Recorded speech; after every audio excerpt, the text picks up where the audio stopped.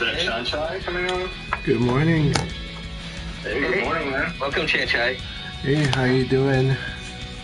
Sorry, I forgot that they started. The OBS stream has canceled, at least has crashed on me twice, so hopefully it's not going to crash too much. I see. Gotta love OBS. Are you sick? Or you're just tired? No, I'm just early in the morning, and you've probably got a higher fidelity with the Discord, so you can hear it better. Okay, I'm going to go adjust things as needed. Alright, we just have one more match before we begin the first single A league. We got 2 new participants for the league. Let's see. It's a dub if you ask me. Do I need to join as a spectator? Yeah, spectator. The password for spectating is 6220. Alright, let's see.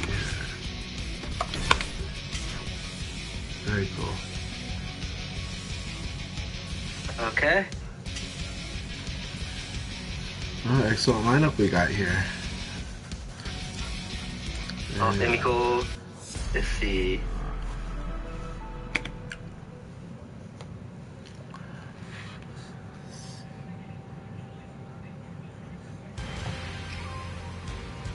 Round 1.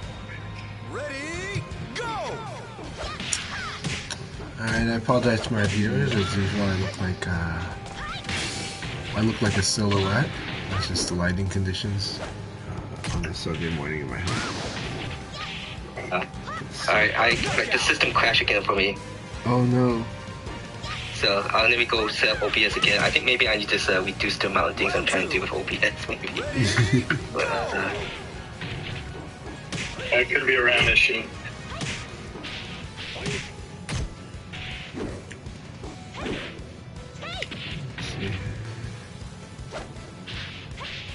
it's an OBS backup.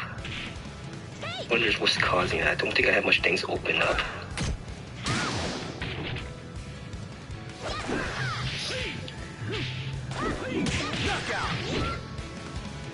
Let me just take the monitoring off for the game catcher. Maybe that's what's causing it. Round 3. Ready, go! Do you have like a separate vertical monitor for your chat? Oh, yeah, no, I just have one laptop right now, so that could be it. I was testing. Alright, so I think this is almost set correctly. Get stream is back up. Nope, the stream's not back up yet, sorry.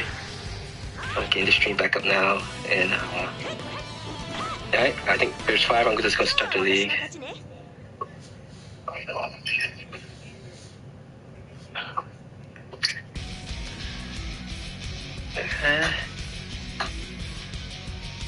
Your voice comes out differently on the Discord as well, so. Oh, does it sound bad on the Discord? No, it just sounds different. Not really. It sounds Okay. good, just different. Okay. Probably sounds truer. Yeah, different microphones will pick up different frequencies, and that's the culprit for that. That's it, yeah. Just like your voice sounds differently when Yeah, right it's now. recorded versus what you hear. Yeah, well, right now you guys also hear my groggy voice, which when I just wake up, everyone says I sound like I'm high or something. So, and I've never been high, but yeah, that's what I sound like apparently. Alright, yeah, so yeah, I had to turn back the Discord voice so that the chat can hear you guys. So they should hear you now. I think everything's set. You guys should be able to hear the game volume, my voice, and Chanchai and Sesuna. If they sound off, just let me know, and I'll try to adjust it. We're trying Discord for the first time, and it looks like yeah. So after Argentina finished their match, the league should begin. Apologies for all the crashes. I'm not sure what's causing it. The only thing different is just opening Discord, and hopefully Discord shouldn't cause that much issue. I don't think, but hopefully we won't have this much issue with the stream crashing. I'm double checking because I saw the message earlier today. Do we start rallying for single A at an hour earlier than before now? At noon Eastern Standard Time, or at 1 p.m. Eastern Standard Time? It should be 1 p.m. Well, the start of the league should be around I say 1:15 Eastern time, so that would be 11:15 Eastern time for you, Chan-Chai. 10:15, yeah. 10:15. Yeah, 10:15. Yeah, 10:15, yeah. Okay. I think it's Central time. So I came in on time. Okay, cool. I came in at the start of the league, but okay. Yeah, you're just in time. Okay. Alright, just checking. Yeah. So, alright, cool. I wasn't sure if they started an hour earlier. I was like, oh, is it an hour earlier? Okay. So, yeah. So yeah, basically trying to go in like open league where basically I get the room open at let's see, 10 a.m. at your time, and then if we could get at least 4 or more people, then I'll start the timer to start it up. So let's see what is going on. Okay, the league should be starting up now. Excellent. And if my stream keeps crashing, Chan-Chai I know his stream, so he should be able to do. You could watch it from there. Hopefully that won't get that much issues. Yeah, BX checking. I'm having issues with the OBS crashing on me. Is it crash again? It's crashed. Yeah. It's stuck on. I'm watching streaming, so I can get you feedback on that. Alright, so let me, oh, you know what? I think that could be because my computer is low power right now, and I forgot to plug it into a power surge. Maybe that will fix the crashing issues. That would go. Sounds like it's helpful. Hey. Alright, let's power up.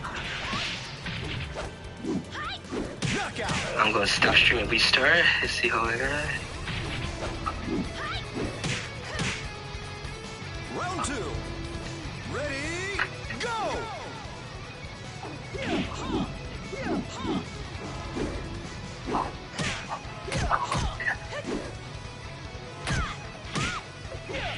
So yeah, we got 2 new people participating in the leagues for the first time. That would be Bio2Fish. Filet-O-Fish, yeah. Full light wing, yeah. Oh, filet. Oh, yeah. Yes, yeah, Filet-O-Fish, yeah. Filet has a silent T. That makes more sense. Make me think of that ad campaign 10 years ago. Bring me back that Filet-O-Fish. Talking fish. Let's make that one. So I'll reset OBS again, and hopefully that will work. But at least the league is going. It looks like Darian, who's from Canada, might have some connection issues with the players here. Well, he's green and then yellow and just very spotty. Yeah, I might have to check to see if he's actually on a wire connection. Yeah. Dollar Yen's been in the community for quite a while, so I'm glad to see them. But yeah, they might be on a wireless connection with this spottiness, because I am seeing it, like, it looks like it's in flux where it's up and down. So. Yeah. Of course, we're just seeing as a spectator. So. Your ISP normally wouldn't do that. Wi-Fi will. It's a packet loss. Yeah. It was ridiculous. So do you guys know if the voice chat for Discord should still work, like if I go browse other Discord channels? What's that? Yes, it will, because you'll come out of the thing. Yeah, it'll work. Okay. Alright, you see. Alright, let's try start streaming again.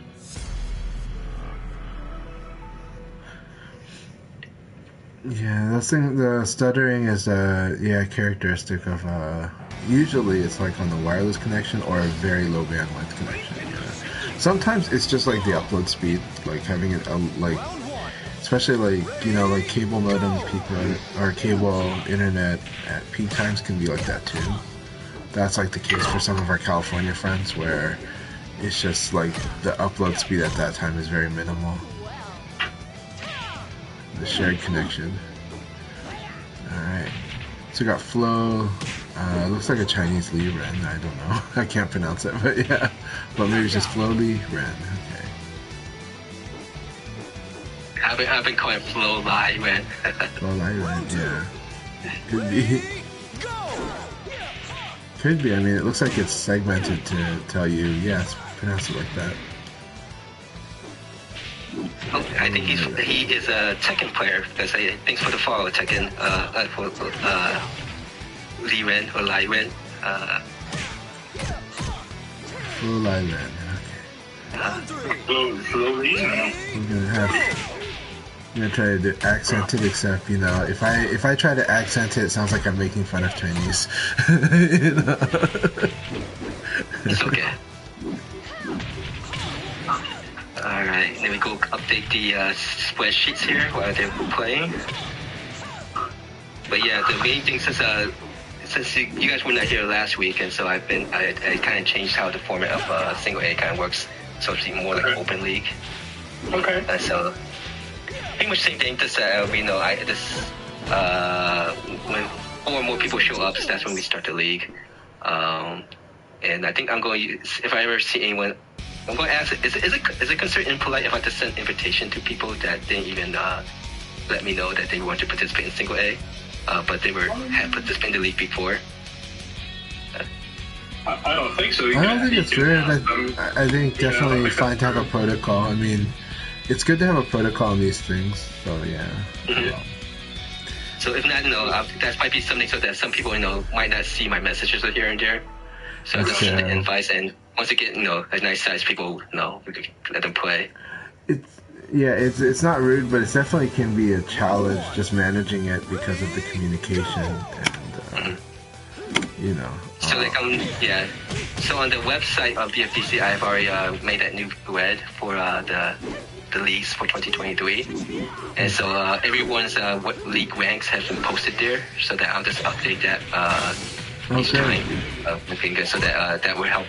Hopefully, you have questions on if they could participate or not. I think there's there's some connection issues with Guardian has.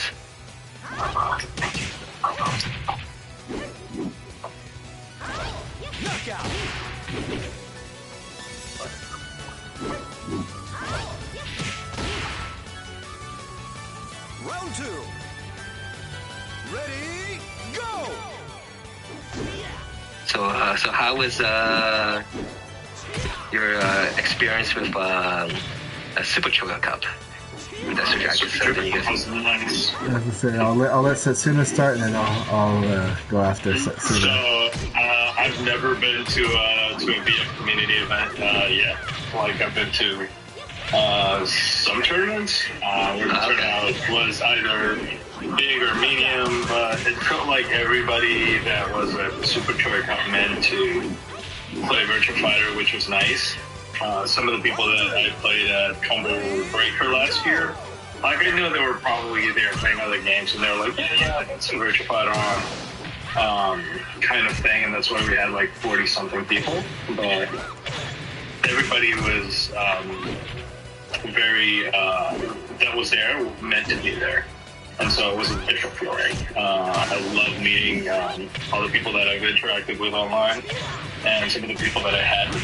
So definitely a very good experience. What did you think, Chan-Chai? Did you enjoy it? I had an amazing time. I'm glad you got to also experience it as a gathering. Because of the hotel and stuff, and understanding that there's background events happening, that contributes more towards you and I having the full gathering experience. But that's really my favorite VF experience because we're fighting and learning and training, and it's kind of like going to meals, etc. Getting a more full experience through the days. So for me, I had the best experience. It was just wonderful. It was wonderful meeting all kinds of new people. There were players of all skill levels there too, and it was fun interacting with all of them. So many friends that came out. Some players that haven't come out to like an offline event in a long time, like a decade, came out. So that was just amazing. They actually have a hard, like Nelly doesn't come out to events that often. and I'm just so grateful that Nelly came out for this one, because I hadn't seen Nelly in person in about 15, almost 20 years. So yeah, actually about 20 years, because around BF4. So it was wonderful. Yeah, I had an absolutely amazing time from the moment I got to Brooklyn to all the way through Sunday in Harlem before going back to the airport. It's just amazing time being there. Wonderful meeting every single person, and there was training. There was lots of advice given. There was just lots of just happy to see each other. You saw me hugging pretty much everybody. So, yeah. Yeah, I think well, Nero won the tournament, but I think it was nice to see also Kia finish very high. Yeah, so yeah, huge coming out great. party for the new generation. Actually, seeing like the new generation take the top 2 spots, because we consider Nero might sound like an old guy to us now, but he's still considered part of the new generation. He's still in his 20s, so right? Yeah, he's still very young, yes. But if he plays like the old generation player in a way, just because we've known him a few years, right? And then, but Killa definitely young, and wonderful getting to know Killa. I got to spend a decent amount of time with Killa, so I feel very fortunate to that, and I send text messages to them and stuff. So yeah, it's great to see also the new generation, even though it makes some of us feel older, even older. This event though, and actually we should be really sending that message out that basically the new generation has totally arrived with Killa. We'll count Nero but even in the online, Paul 68 KDMD, Tengu Man, Setsuna will consider a youngish guy. At least I'm young somewhere. Yeah, like it's really it's really awesome, just I had a blast. I fought I did fight BX Jackie in the tournament. He's such a wonderful person, but actually, I actually had to overcome a lot of tilt. I got tilted in that match. Just a lot of things converged, and I think the reason I performed well against Denkai was because I fought BX Jackie, and then I had to overcome a lot of tilt in that match. And BX Jackie was really nice, but he was a competitor, but also Hubs too. It was quite an experience. I had not felt that much tilt in like 10 years. I still have been playing tournaments within the past 10 years, but it's 10 years ago is the last time I remember being tilted so hard. I'm glad I got through it, and then I'm glad I got to have a good battle with Denkai on stream. So, yeah, me too, BX Jackie. I really enjoyed our matches too. Yeah, that event though was just it was awesome. I know I'm just repeating that over and over. I came away like super happy.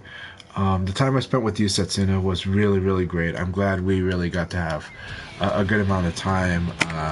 We only had a little bit of VF on the Saturday night after the tournament, but we got to, you helped me with my lever, and we got to hang out in both, the musky room with all the monsters, but also my room as well, where we were playing VF, so it was, and then wonderful to meet your wife.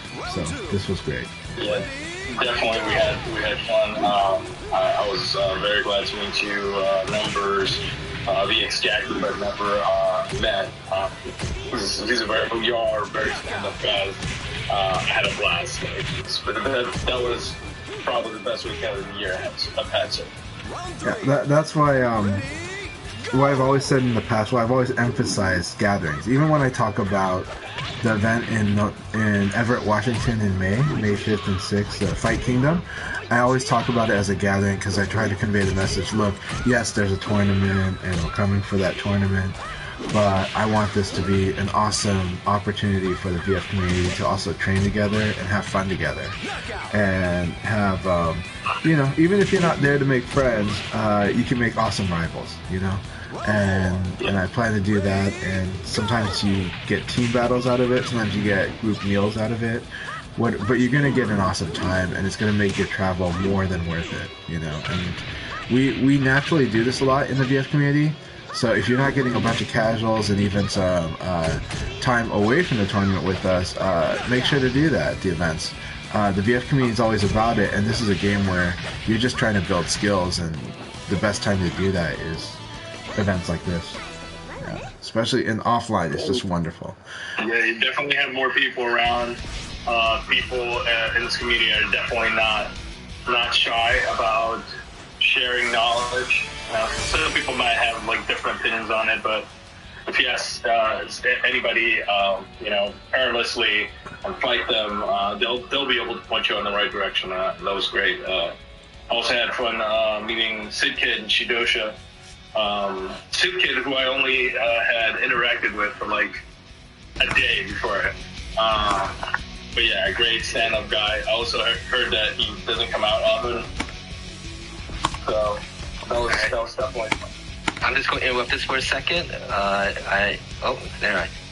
We just completed the first league. Thanks for playing. Filet to fish. Filet o fish. I'm just going to tie for first. If any guys still want to continue playing, just click do so. We'll start the room for open league in about 10 to 20 minutes. Let's see if we could get more people. If not, if you guys want to continue just playing, please do so. Let me. Darian he was actually put settings on wireless, and it was set to wide direct connection, just that PS4 setting. So let me go invite. If there's anyone else who still want to play, please do so. Let me see. Indeed, yeah. Again, on the notes of offline events, especially around the tournament, look, going into tournaments, there might not be as much sharing of knowledge and openness because some people want to win that tournament, The people that are favored to win are going to want to be more like that. Once the tournament is done, though, everyone's really open about information. That's when you can try to get in casuals with anyone for any skill level. You want to say, hey, can I play you some? Everybody's pretty welcoming of that, and then you can ask for advice. And after a tournament's over, most people are willing to give advice or their perspective. I gave BX Jackie some tips after our battle, even though, again, he almost knocked me out of the tournament. So it's very close to knocking me out of the tournament, But he was so kind enough to even ask me like if there was any advice, and I gave him some advice. He was being very humble, even though he was on the verge of winning that. So but it was a lot of fun. Round one. So. Ready, go! Yeah, so just like open league, if we don't have 4 people, we just let those who's in the room right now just play as is. But if there's anybody who still wants to continue playing or is watching the stream and wants to participate, just message me and I'll invite you in.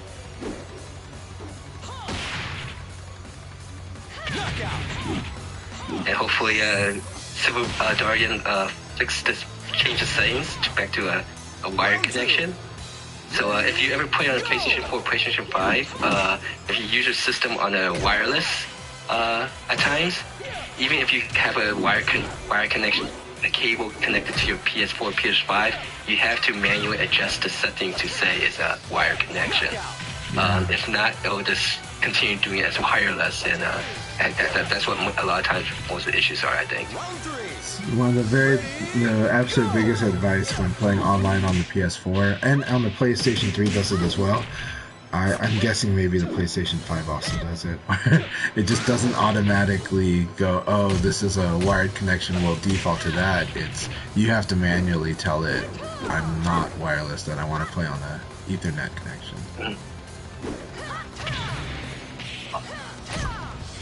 Yeah, so thanks again, filet fish and full event for playing. Hopefully you guys enjoy it and so continue to participate. Yeah, Fish, pretty strong. Round 4. Ready, go!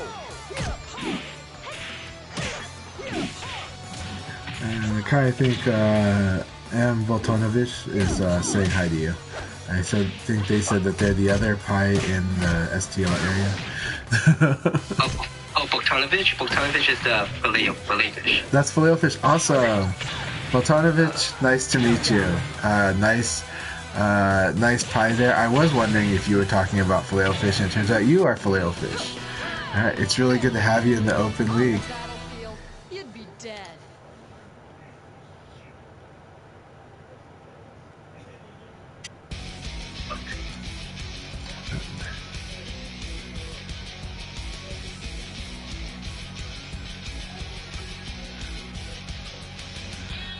Yeah, just posting a lot of places.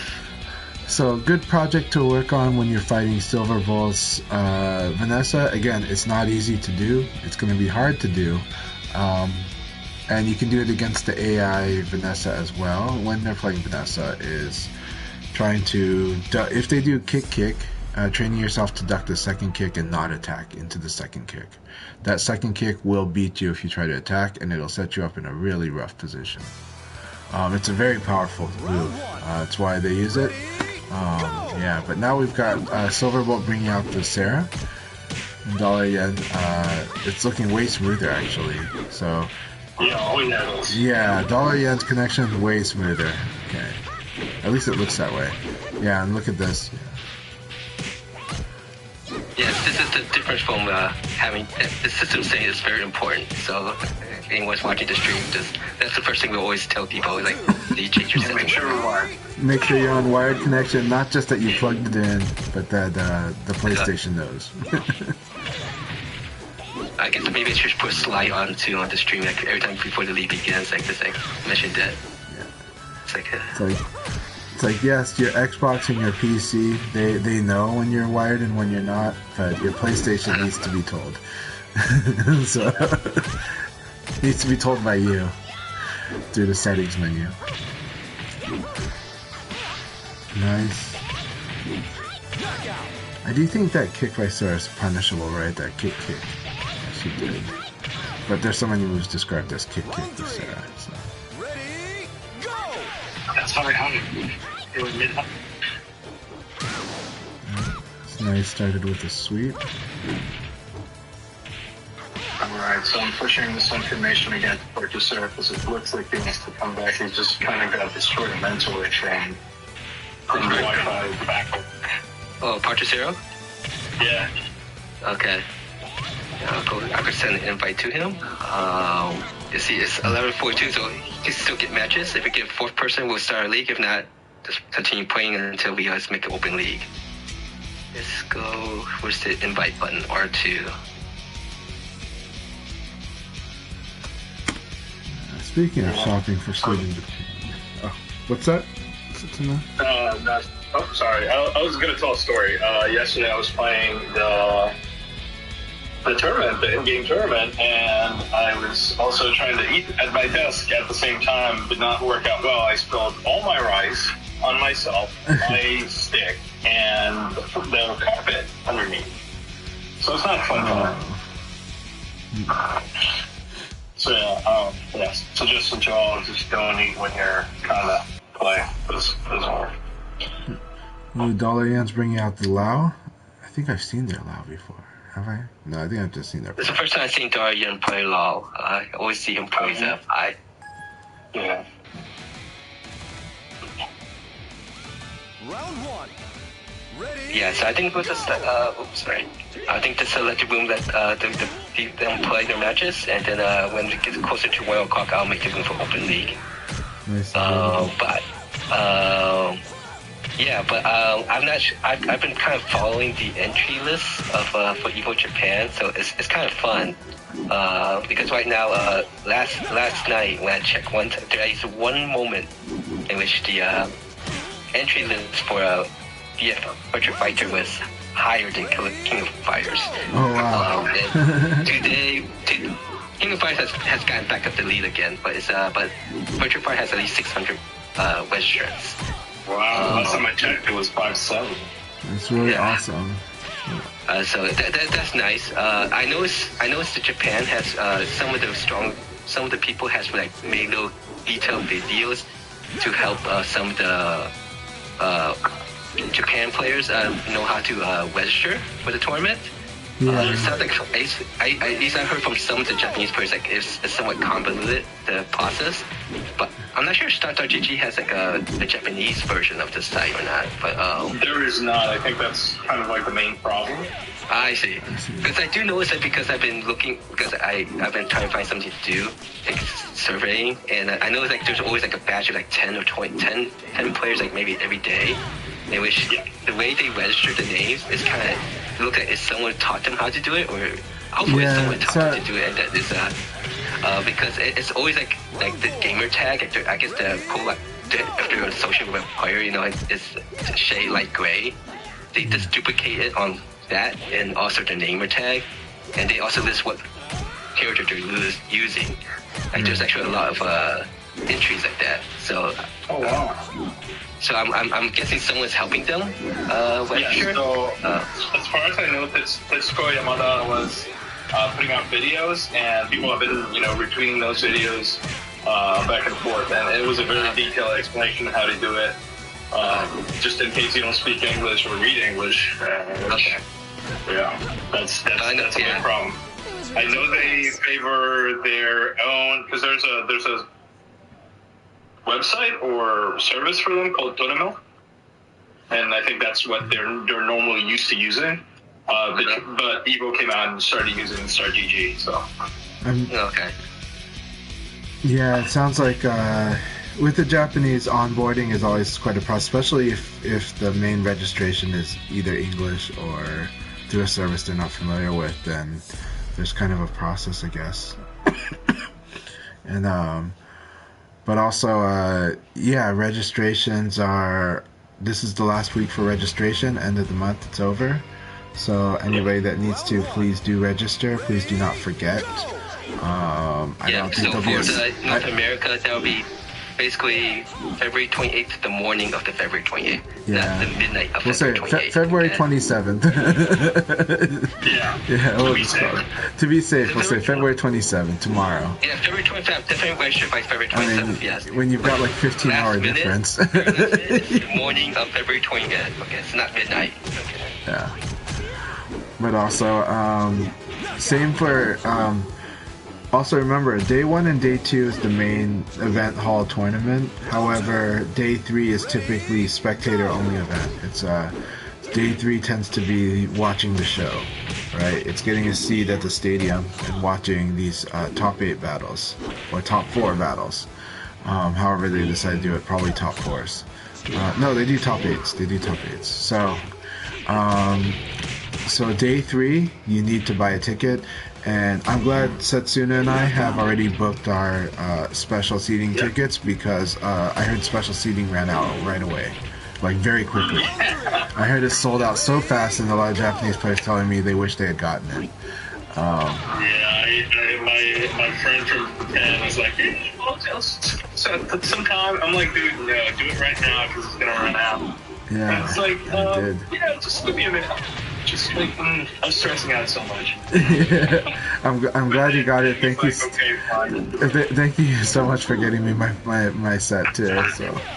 I appreciate it, man. You got it. But I think knowing the limited nature of things, I thought that was definitely gonna be a thing that would run out. Yeah. So. For anybody that's planning to be at EVO Japan or is able to, I really hope to meet you there. Please come out.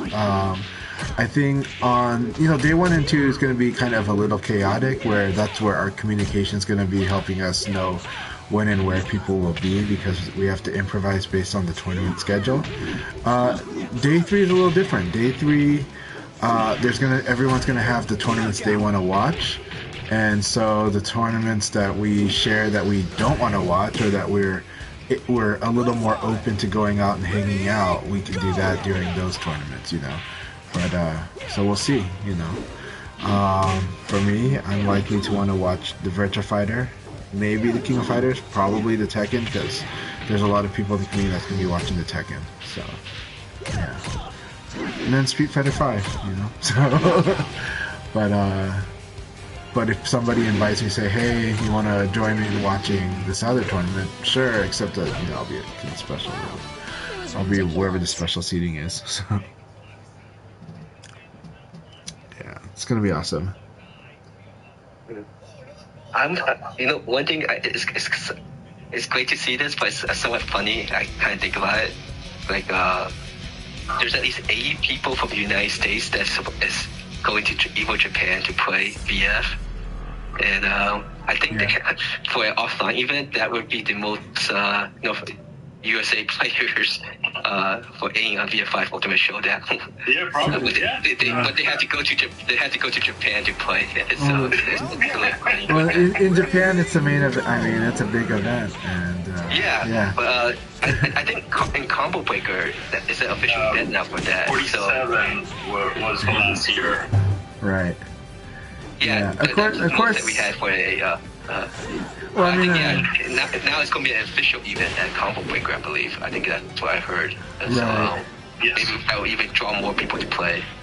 Yeah. Obviously, there's the mainstream years, which is when the game has just come out.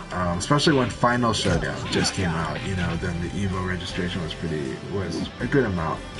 But the hard part is who shows up, because I do think Evo should do like a $5 fee just to just for registration.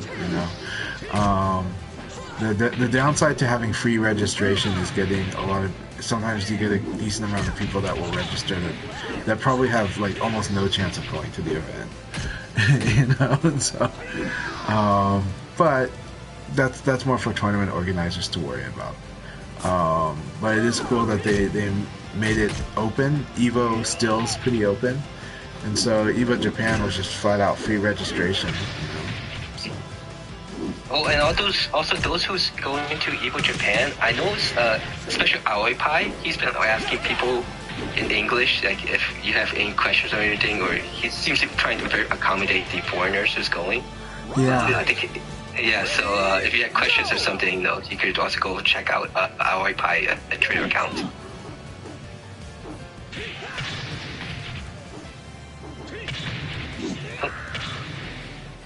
Is the volume high on Discord? Volume's pretty good for me. Volume in Discord is okay. Okay, fine. Okay. I talked to Akai. My question was, is there like a preferred place or something that would give me the best experience of having a viewed on both? And he told me the one that I had. The only one I ate last time I was in Japan was Yoshimori. And so I was like, okay, I want to try something new. That was his first recommendation. And then there's a couple more upscale places, which I think I'm more inclined to try now. And I want to try all the chains as well. So we'll see what we get near there, but during Evo, I might end up living out of Lawton's, out of the convenience store. But Japan's Lawton's convenience stores are awesome. So, There's a lot of things around the hotel. Okay, good. Awesome. Let me let you know right now. Okay. There's a bunch of things. If we go into Diver City, there's a bunch of restaurants in the food court downstairs, and there's another food court upstairs. So there's definitely a lot of stuff we can tap at. Awesome. But yeah, definitely. I wanna break some bread with you, man. Me too. Sure. I'm looking forward to it, and one day I will take you to standard dim sum. We had a special Hong Kong style, which was good, but it was but I also found out you would never know this unless you spoke Chinese, but that place we did go to in Brooklyn's Chinatown, The customers there, like it's a type of dim sum not even my wife's had, but you can actually special request stuff in those rice rolls. Like you can ask them to put egg in it and other ingredients in it. So it was like, oh, okay. It was nothing like I never had this style. So, but it was really good. But for you, I definitely want to take you to a variety of dim sum stuff because I think you'll love it. So, yeah. For sure, man. For sure. I think we're probably gonna have time on Friday, maybe. Do we play on Friday, or do you know it's just registration? That's where we have to improvise based on their schedule because chances are there's a good chance we play Friday but the VF runs so fast that Saturday might be a full open day. So there's a chance of that, but there's also a chance that they just deprioritize VF and set it to Saturday, right? So that events like this, I'm like, no idea until they actually start putting a schedule out. Yeah. You know, it's just that VF is one of the fastest running games. Go ahead, sorry. I was just saying that it's just that VF is one of the fastest running games though. So like most tournaments do need the full 2 days for this large of a field. VF is one of those few games that could actually go through, but you know, we'll see. So. Yeah. Yeah, no, I was gonna say that I was very worried because they were gonna stop the show or the entry for the moving Gundam in Yokohama on March 31st. Luckily, they extended to next year on March. Thank goodness. Which I'm happy about. But that was going to be like the first day I was there was probably going to be the only day I was going to be able to. So I had already planned to like put my stuff in a coin locker and head to Yokohama from Haneda. Yeah. So yeah, it was definitely going to be a crazy day. Now I'm moving it to next Friday. Awesome. I'm glad you're going to be able. On Friday, like early. I'm like, I'm not sure if I'm going to have to be playing on Friday. I don't know. Yeah.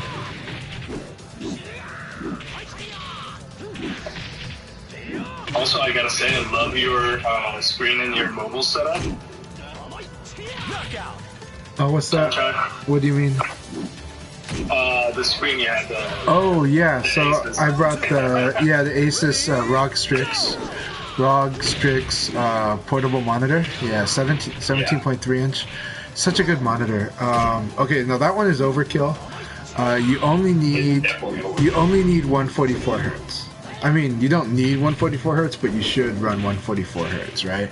That monitor is 244 hertz, you know. Yeah. But as you saw, the picture is gorgeous too. No other option on that form factor other than ROG Strix. Yeah. That's it. Well, no, they have. Get that one or get the bigger one. I think the Zen isn't the Zen display by them is the replacement for the 144 hertz, or is it 68 frames per second? Yes, but I don't think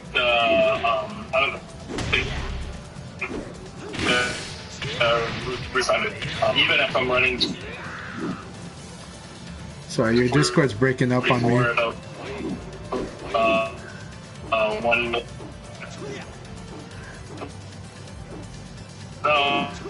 Saying one. I really apologize that. Be able to get good response time. Yeah, I'm hearing like it's so distorted. It's like cutting in and out. So. I hear the same. I don't know what's going on. Yeah. Is it just me? Okay, are you hearing it from me or are you hearing from... I hear you, you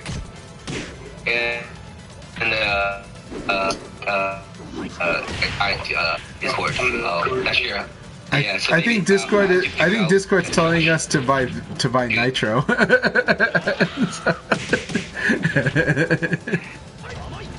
maybe Discord's telling us to buy Nitro. It's just like but yeah. I think that yeah. Yeah. So yeah, I think I'm going to move open. Come to join the room. Yeah, so let's go make a. So we're getting the Wayne's World drive-through service. And Do you guys hear me, or am I also breaking up for you guys? You're kind of breaking. You're also sounding like Wayne's World Okay, at the drive-thru. Okay. But I'm sorry. Maybe next time we'll waste.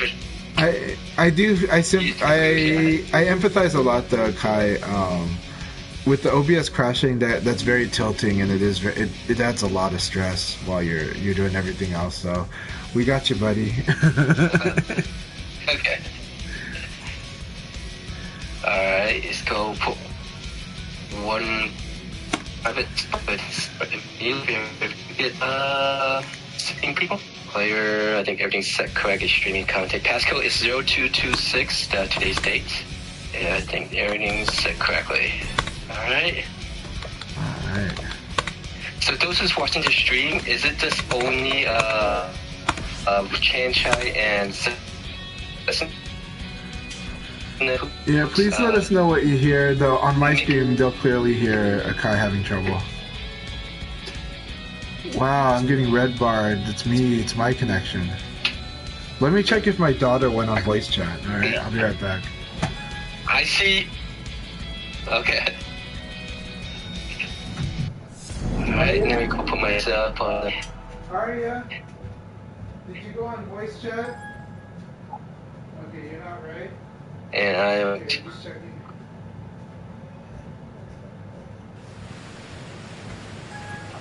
Round one. Well, Okay, my daughter swears. people quickly joining. My daughter swears she's not on video chat, but that said, though, I have seen during this snowstorm that we've been going through, this winter storm, sometimes the internet has gotten slower. So I've got a red bar. This to everybody. This is definitely on my end. So let's put my.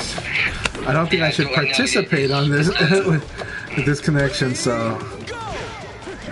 Man, I can see replays. My stream is going, but it is red barred to everybody. This is horrible. Maybe my. We start maybe. Yeah. I might be the hidden boss. Yeah. Let me see here.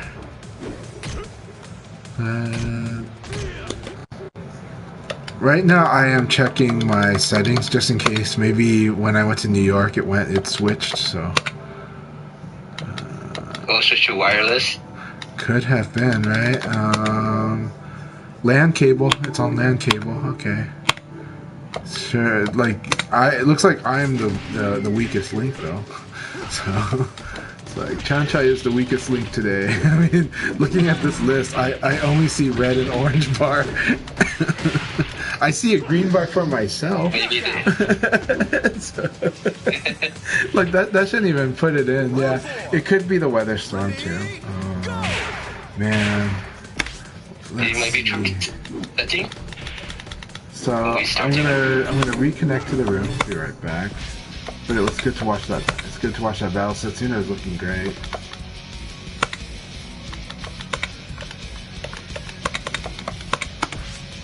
Hey, Super Bowl. I think the best thing is that I continue to promote this, and if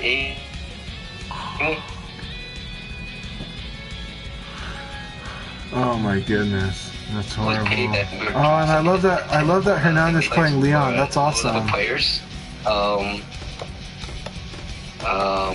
that you guys help play the information. The better the information, everybody try mold it. I think more people. But then, so that's the only thing I could think of right now. But over time, it kind of also getting some smoothly. So yeah. But I appreciate that for a very long time in the single A and open league, and even with penetration. So even I will understand. And they try. Alright. So it's already 1 o'clock, so I'm going to set the timer. I think this court here between me, Chan, and Setsuna.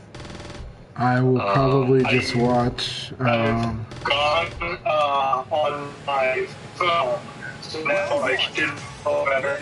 I think the stream has Okay. Akai, is there a way for me to be a spectator in this But I'm room? still breaking up. You set it up.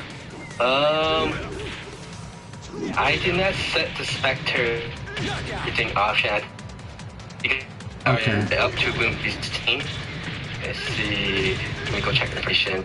View. What am I looking for? Yeah, it might. Actually, Yeah. Maximum. There's no way to spectate in the room. Oh man, I'm looking forward to watching Hernan play Leon as well.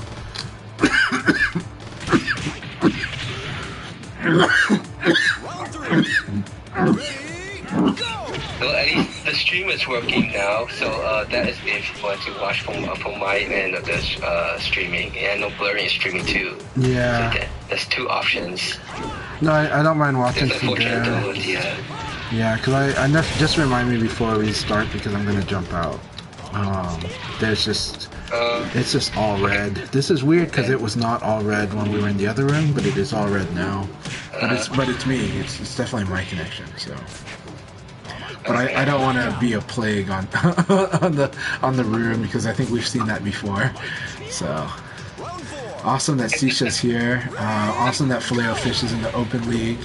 And Silverbolt always. Man. I was so excited.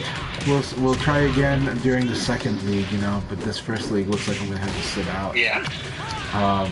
So to my chat, to people that are watching my stream, I'm gonna just run VFTV and take comments, but I have to mute my mic on the Discord because I don't want to disrupt Setsuna or Akai when they're playing their matches. So. But I will be commenting on the matches, which you will not see on my screen, unfortunately. But we can chill and chat here. You can tell me all about your matches, but it will be streamed. But yeah, this is a good session to start with. Look at this: Particero, Filet-O-Fish, Silverbolt, all coming from the Single A League. And then we got Blurring. Who's gotten stronger and stronger. Silverbolt's also getting stronger. Like they're understanding more matchups the more they play. Hernan is always very strong. He's a very instinctive and wild player like myself. Today he's playing Leon. Most people know him for his Brad, but I fully believe that he's going to be very comfortable playing Leon. He's probably going to go for some interesting ways of doing damage. Then we've got Sisha, who is also a developing player, and they've been playing VF I think about 1 year now. I love playing with them. We've got SF Punker, very strong, definitely a threat to watch out for. Same with Setsuna and Akai. So yeah, this is going to be a very good, fun, developing league. So this first league should be pretty exciting to watch and to play.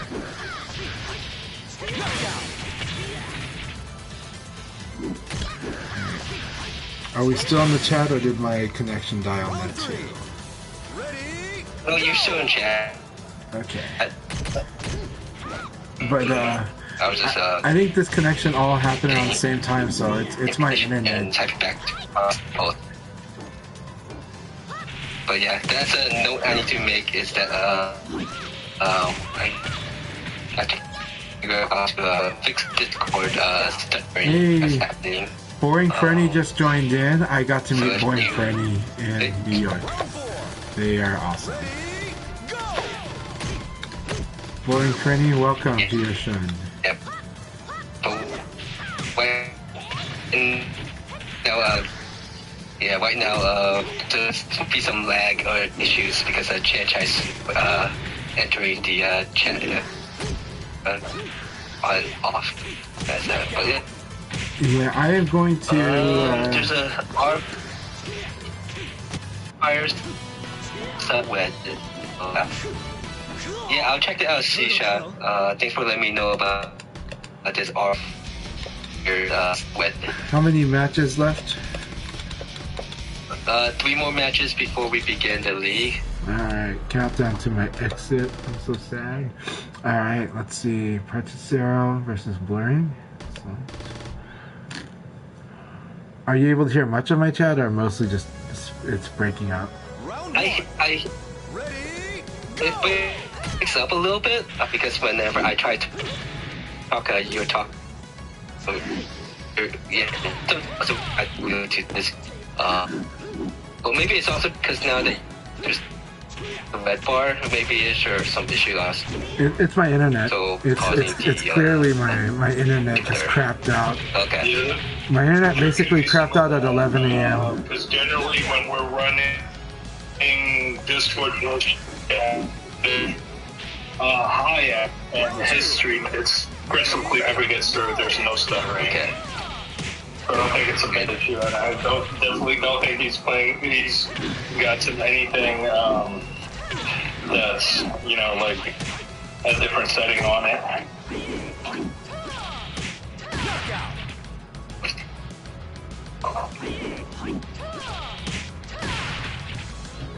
round 3. Let me change that. Ready, go.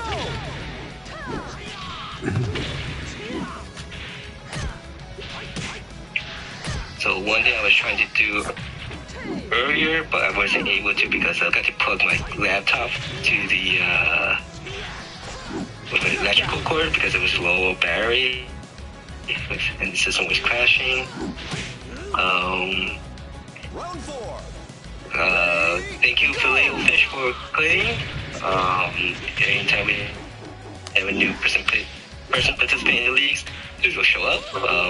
And I'm still getting the everyone's picture and profile to the Filet Fish profile. Round 5. The card is good voting slide of people above that will be down to the spot they are. Alright. Watch, I'll walk upstairs and find my daughter playing like on video chat or something. Wow, red bar. I have not seen a red bar in a long time. Like this. Yeah, I haven't seen it. Yeah. How much snow did you get, Chai? Oh, it's all clear now, but it is weather, right? This is when all the snow's melting, so that Okay. you might have flooding in some areas, so that does affect some internet lines. So Dead. we'll see. All right, we got 2 more matches. That is true. That is true. But Yep, 2 more matches. I'm certainly glad the Pacific is getting that rainfall and snow. That certainly should make things a little better for this year. Yeah, it does. All right, we get to watch Hernan's Leon. It's going to be very different. So Blurring, do not expect it to fight like mine at all. But let's see what Hernan's going to bring. It's going to be fun. He's probably going to cheese with the uppercut. Maybe do a lot of low. Round 1. Let's see what he got. Go. Nice. Good use of 2KK. Always dangerous to do that. Don't do my habit. Don't do that. Very nice elbow into throw. Good, that's the combo. Very nice. Yeah, it's gonna, yeah. Round 2. Ready, go. Yeah, don't expect him to fight with mine at all. Yep. Oh, interesting. Interesting that KK didn't, oh, what he did is he blocking the back right away.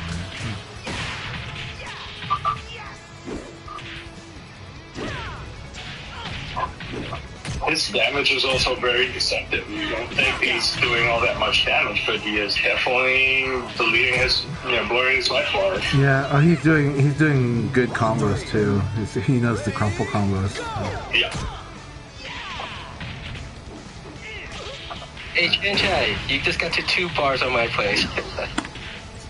Yeah, I'm now at orange bar.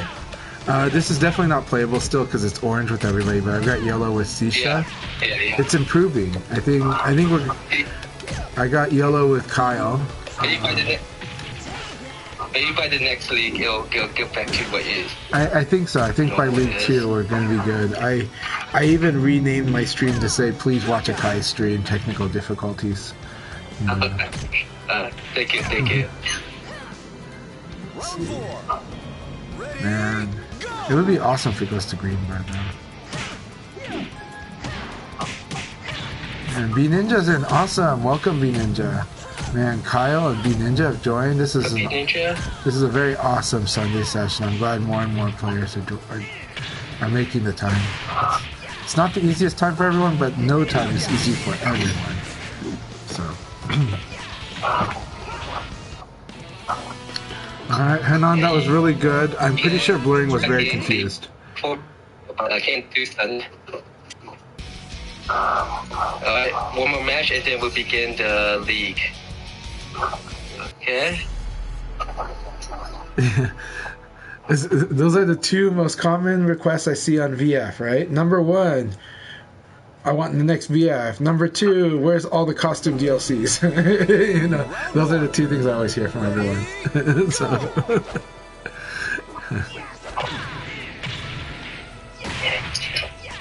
Not even rollback. I think rollback is a third or fourth. It's like I was like rollback is like the number 1, but I've already just been like if rollback happens, it's not in this VF. So it's just like it's gonna be in another VF. Probably not. That's also why like yeah.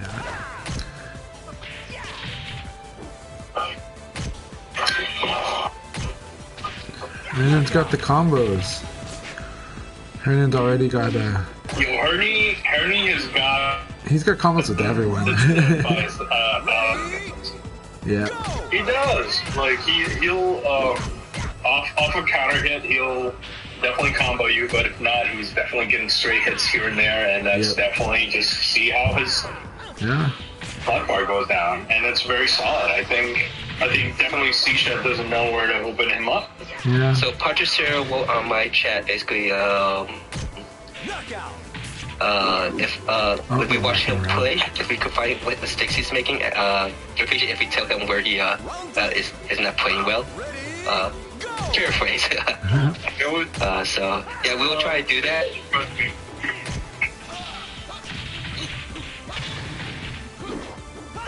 So I'll look you guys on that. Yeah, if Leah never does that peck move, where he pecks and then does the pecks up then pecks down. If you block it, it's -10. So you'll see Hernan do it quite a bit.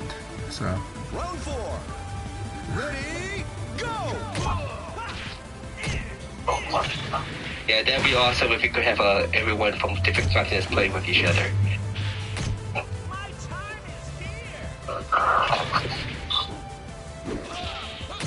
Alright, so... I see what my chat's saying. Hernan. I'm not gonna say it though.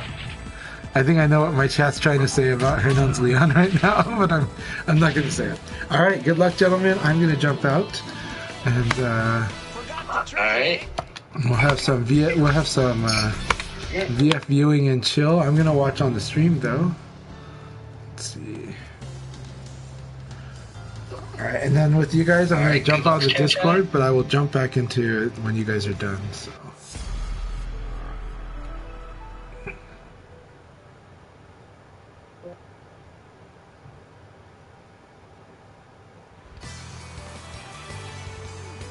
Presenting the Brad Show.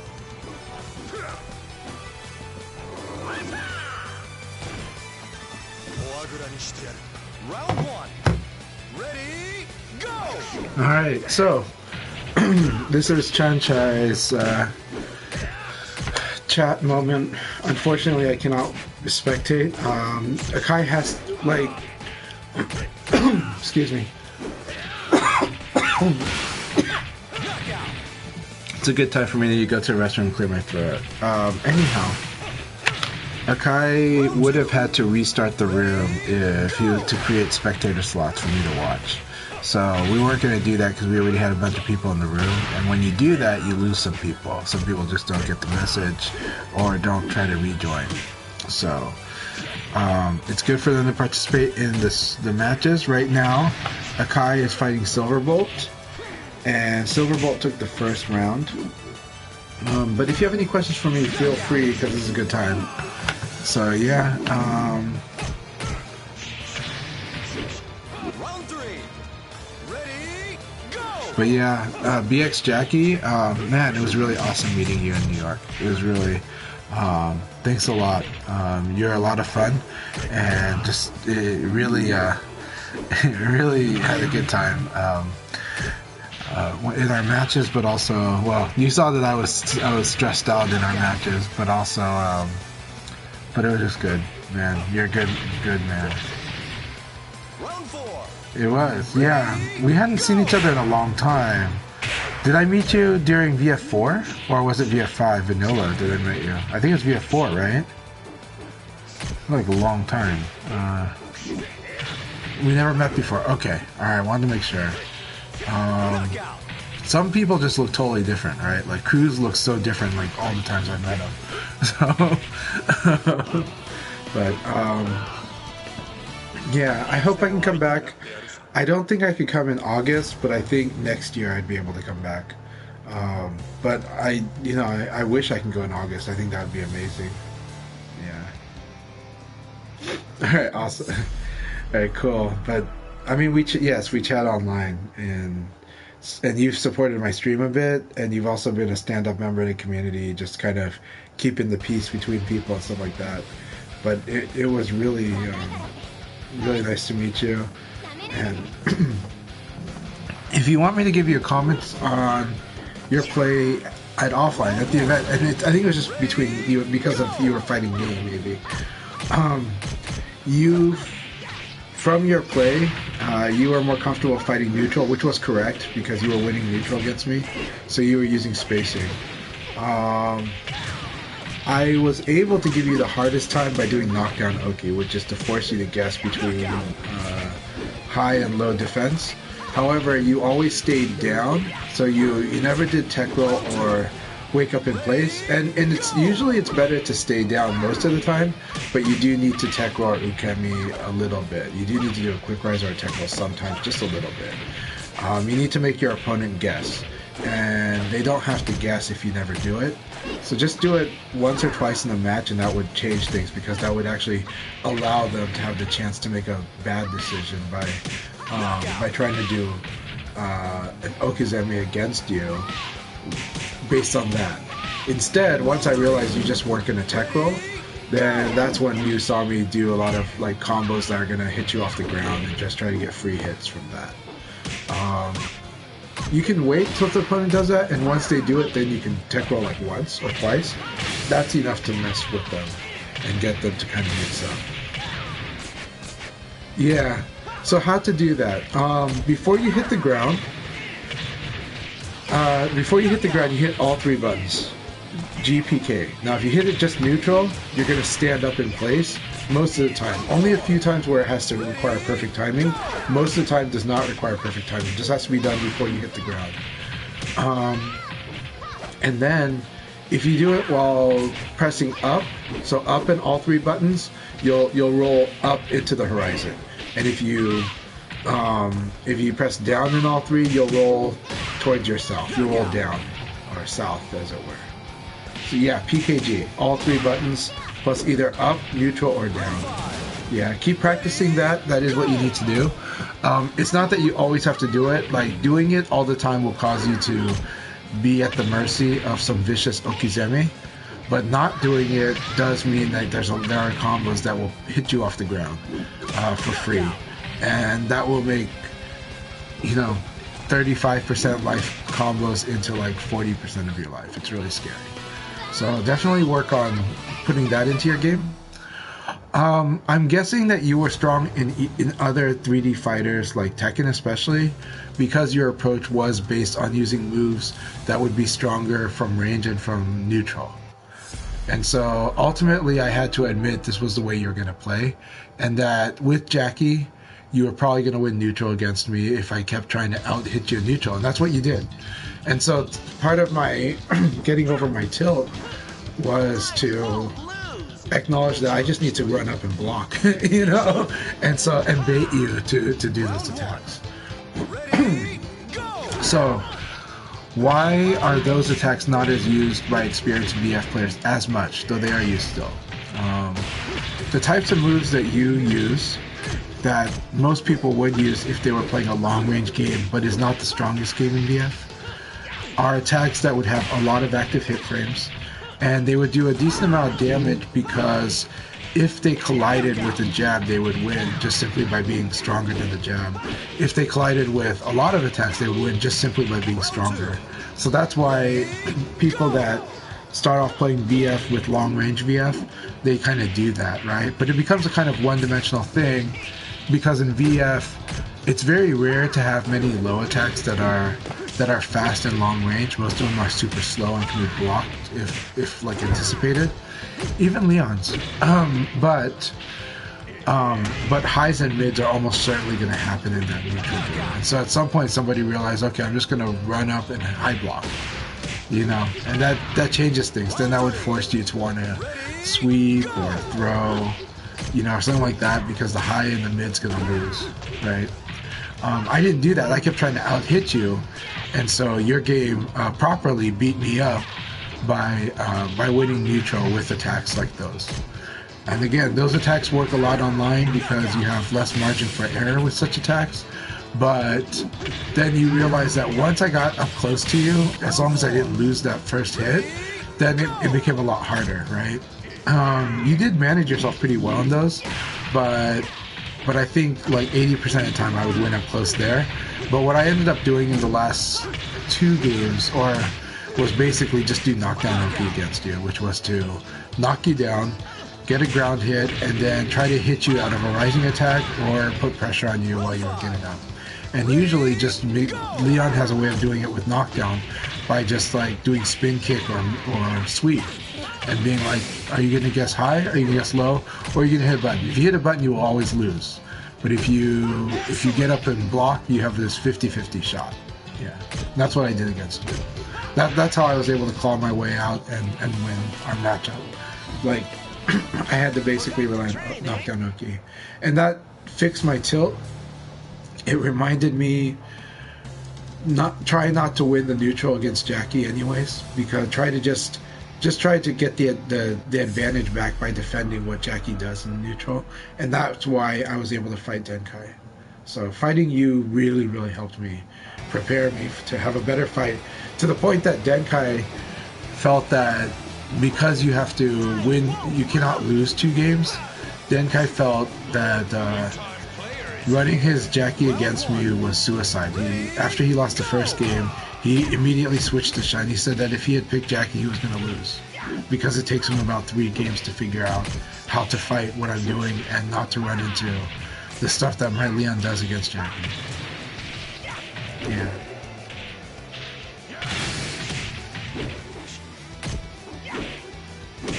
Yeah, I hope you get those combos.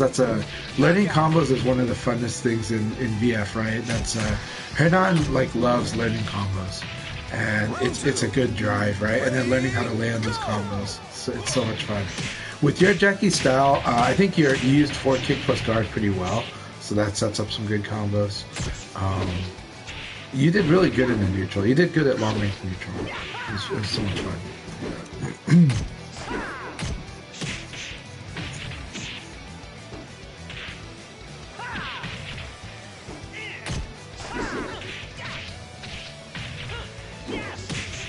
I'm gonna get some water. I'll be right back. And we're gonna turn on the volume on the Kai. You can hear his speaking. Round 3. Ready, go! Round 4.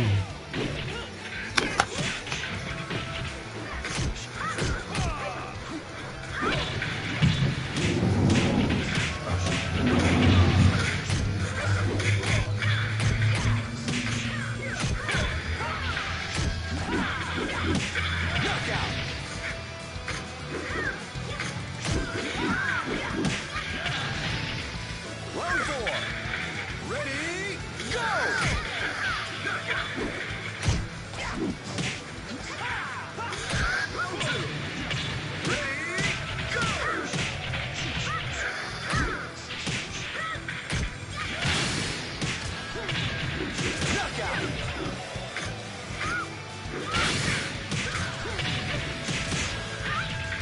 Round 5. Ready, go!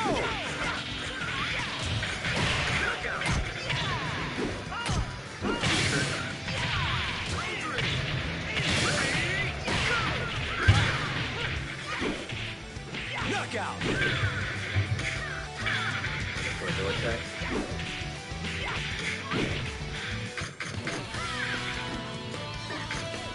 I want a serious fight!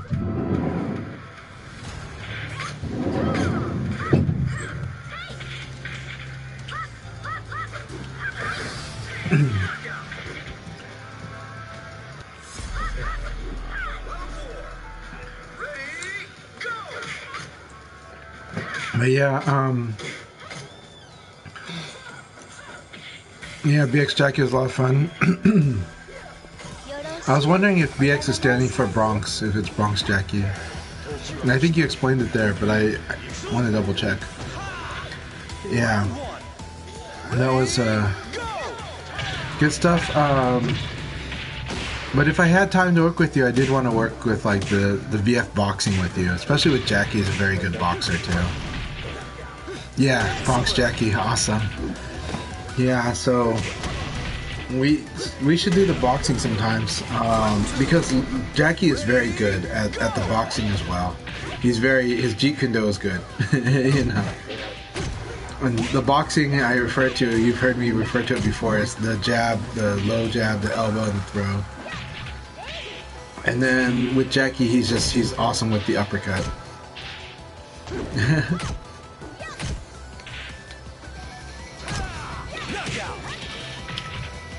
I'm gonna teach you how to rumble in the Bronx, Jackie.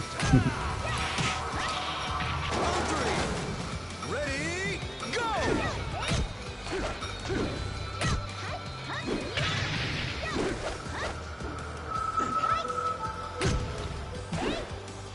Silverbolt is getting more. I'm watching on the chat in Akai. Silverbolt is doing a really good job managing the factors and focusing on factors they can control. And I think that's really like the best approach in VF.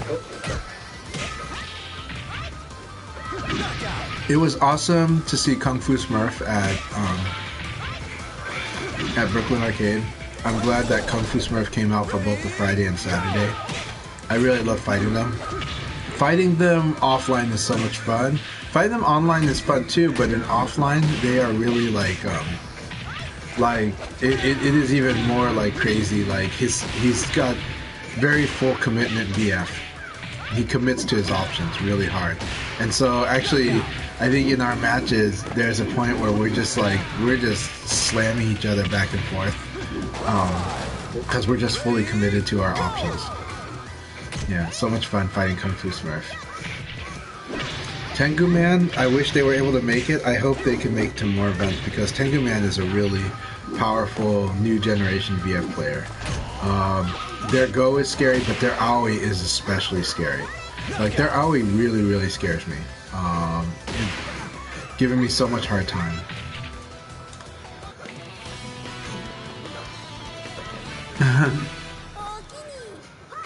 I'm wishing you luck on your promotion. No, I'm wishing you good skill on your promotion. I hope you get promoted. So good luck and early congratulations, Bronx Jackie. Like, that'll be exciting. And then once you got your promotion, we can celebrate with boxing lessons. So, and Okizeme lessons too. Okizeme is a big one. This is for real. Yeah. Say your prayers.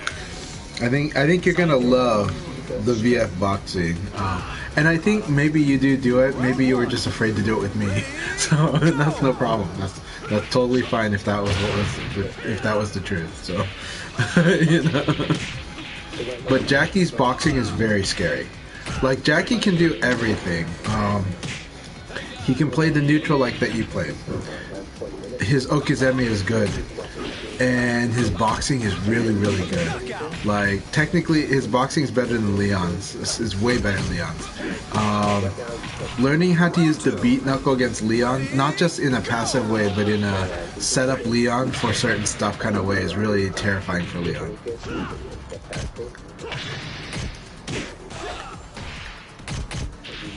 Uppercut.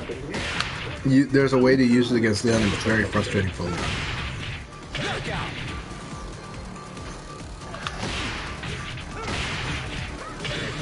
Jackie is S tier, 100%. Jackie is definitely in the top tier of this game. There's like, you could say that he's even better than Akira. Typically, both Akira and Jackie are the S tier in this game, and it's not always the case, but in this game it is. Yeah, Jackie, but Jackie's always solid every VF.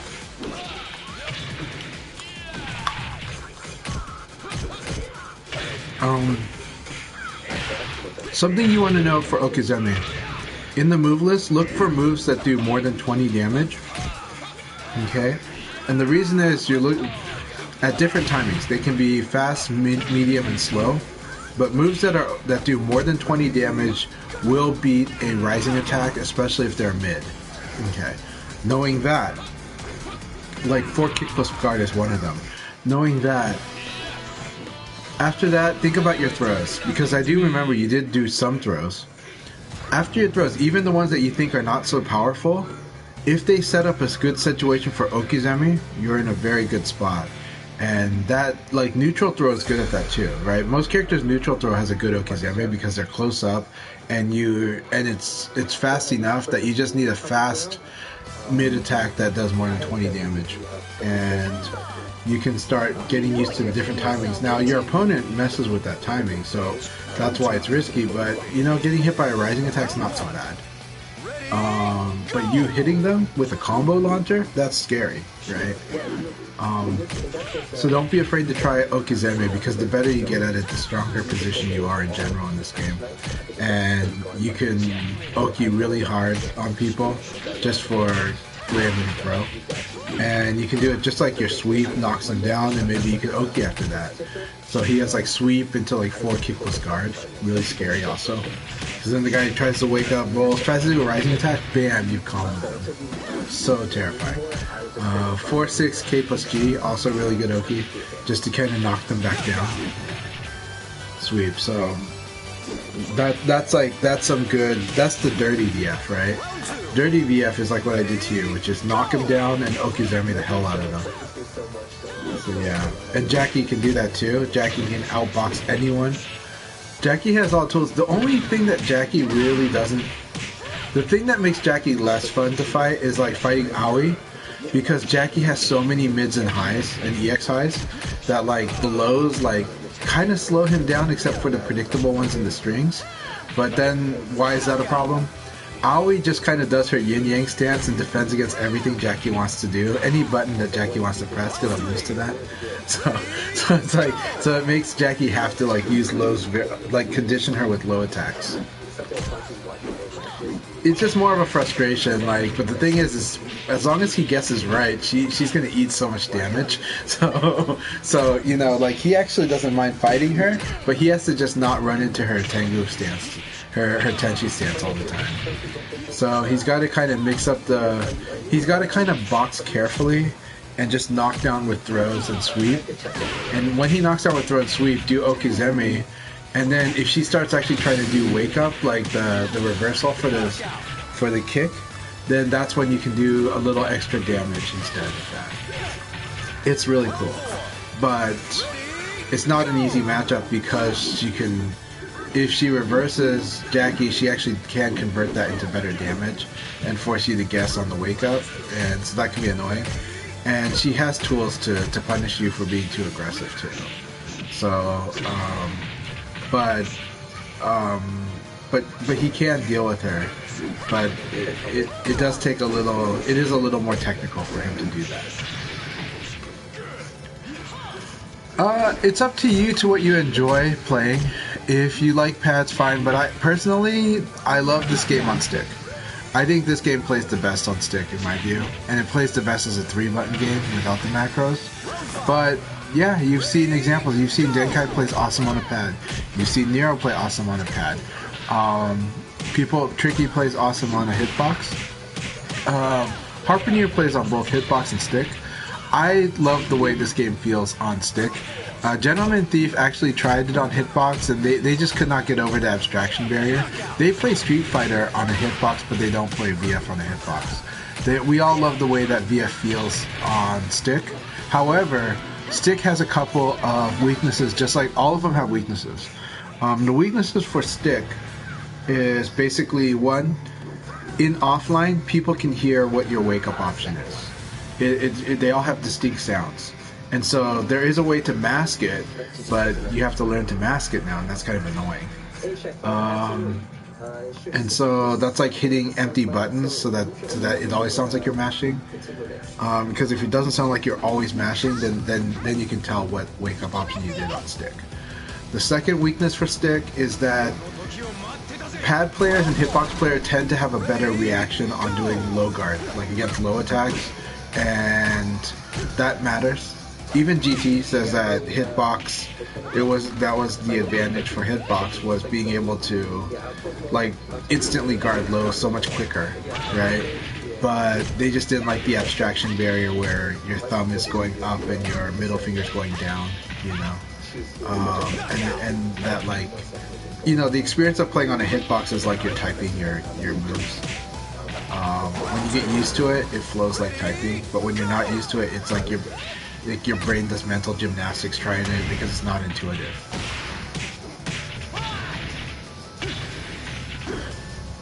Yeah, that was Akai's. I have Akai stream on a little loud on my iPad. Okay.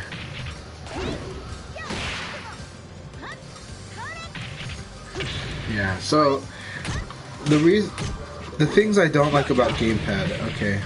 Arcade stick is just better at stagger breaking. Gamepad is a little awkward, and hitbox is the most awkward, right? That's the tier list for stagger break, is that stick is best, and gamepad is second, and then hitbox is third. On gamepad, some people believe that techniques like evade crouch dash are a little more cumbersome. However, you know, you've seen Nero and Denkai have no problem with this. So, I don't know. But techniques like ECD are a little weirder on pad, but I think they're fine. Like, when I play on pad, I don't mind it. On pad, I use a button layout that makes it feel like arcade stick. So I use square is guard, and then R1 is punch, and R2 is kick. And even with triggers, I do that. And I do that because VF is a game that really likes using these three fingers independently. Like, because, you know, you do like punch guard, punch guard, punch guard for your single punch. You're doing kick guard cancels, you're hitting all three, you're hitting punch and kick, you're hitting kick and guard, you're hitting punch and guard. It just likes having those three buttons have their own finger.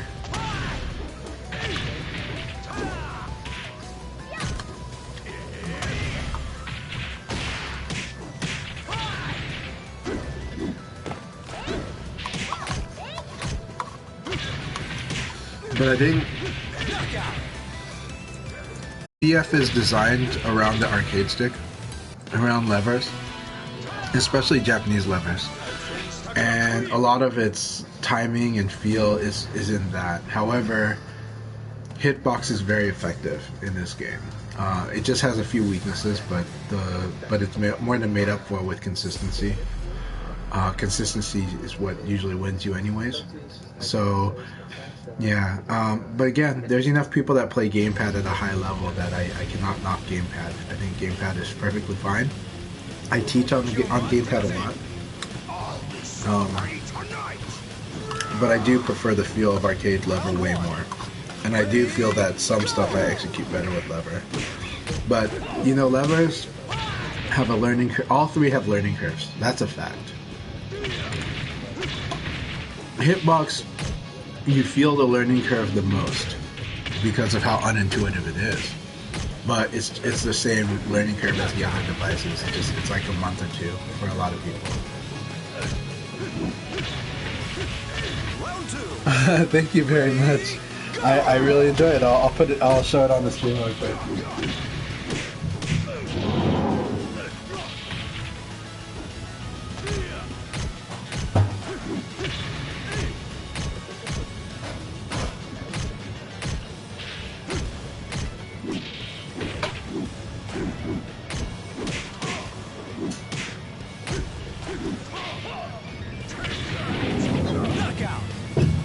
So, Princess, at Sega Cup, everybody was asking me about my arcade controller. A lot of people complimented it. Quite a few people said it was the most beautiful arcade controller they'd seen.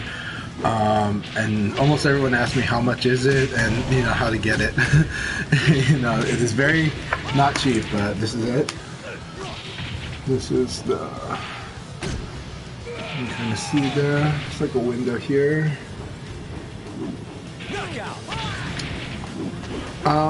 The case by itself, so this is the more expensive one. There is a cheaper alternative that's almost half.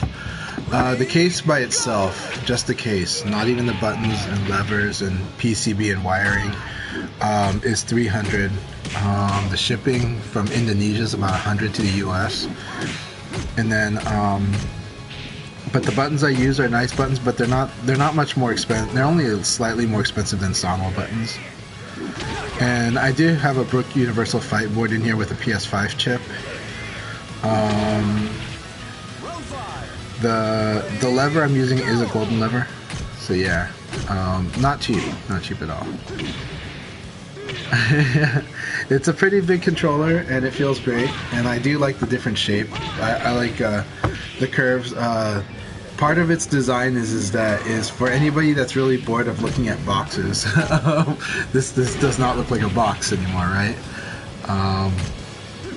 Yeah, and then there's the easy pop off that I show people. Like, I can pop it off, like you can hear it, and then you can see the wiring underneath. I just popped it off the bottom panel.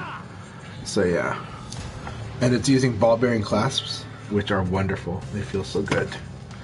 So yeah. You can, yeah. And then I've got air tags hidden inside here too. So yeah.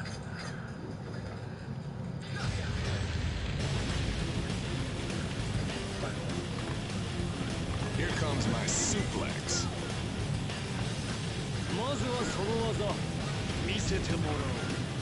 Round one. Ready? All right, KRS Jin versus Blitzball Champ.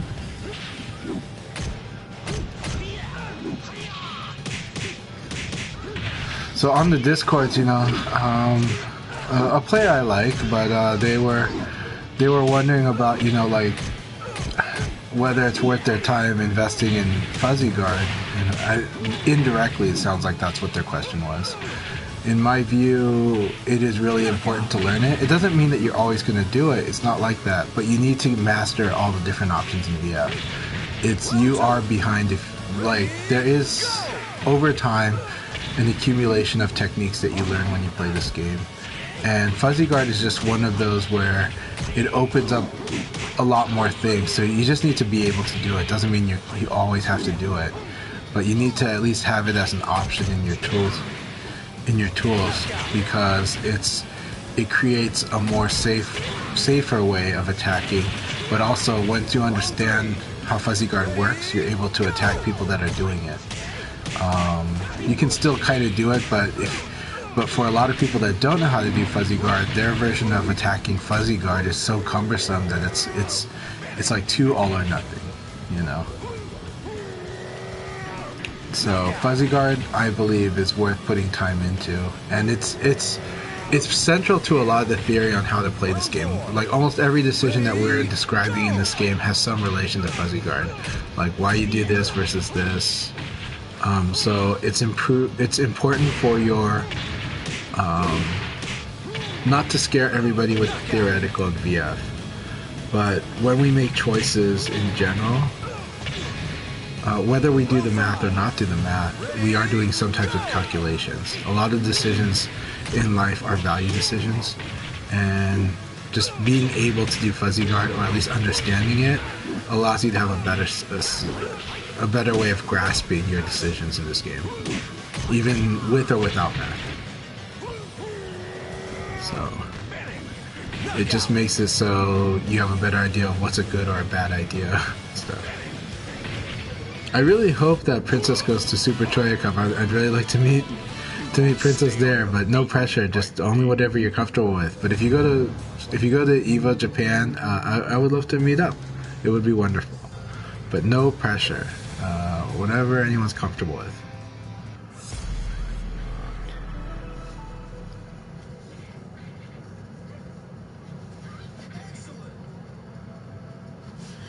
Alright, looks like they're getting close to the end of the league here. Kai's having a good battle with Boring Frenny. Boring Frenny was so nice to meet too. Very pleasant person. Round one. Ready, go! Super Troya Cup was the tournament I went to a week ago. I was in New York City, and they're gonna have another Super Troya Cup in August. It was awesome. Yeah.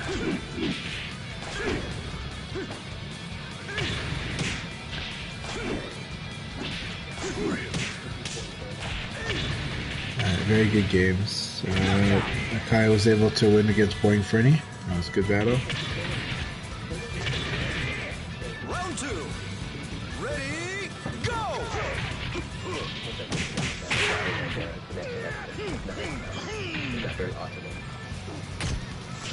They got one more battle. Okay, they're in the final round. Excellent. So for me, I was watching the video of Is it next year? Oh, so Online Toya Cup is the one in August? Okay. That said, Colorado's going to have a gathering they want to have a gathering in September. If I can go, I will go, but we'll see. There's a lot of unanswered questions. Basically, what kind of work am I going to be doing at that time?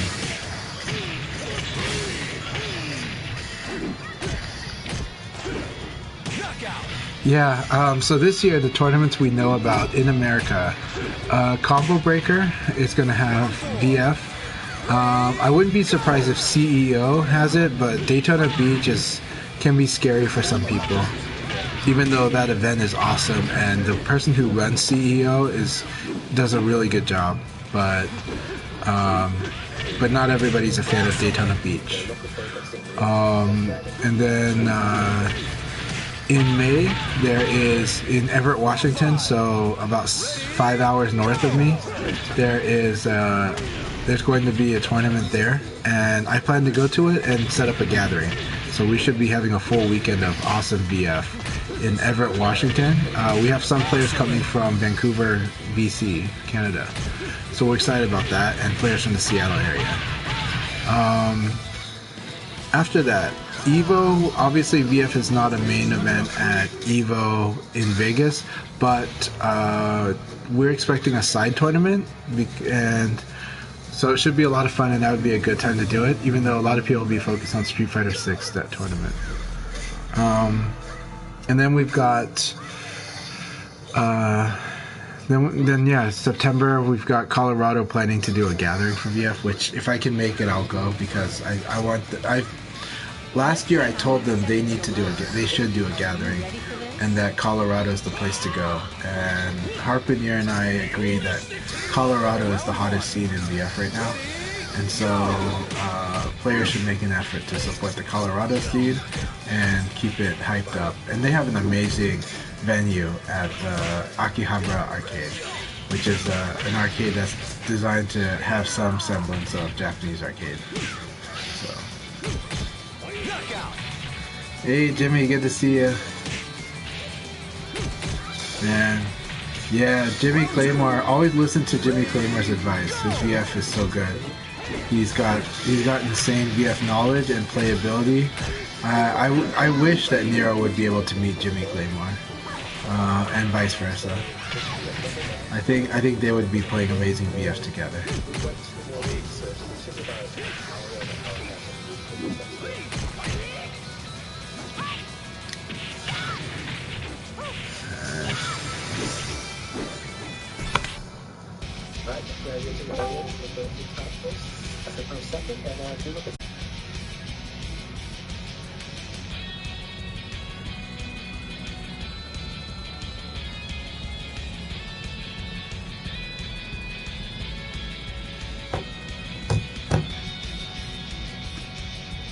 Ciao.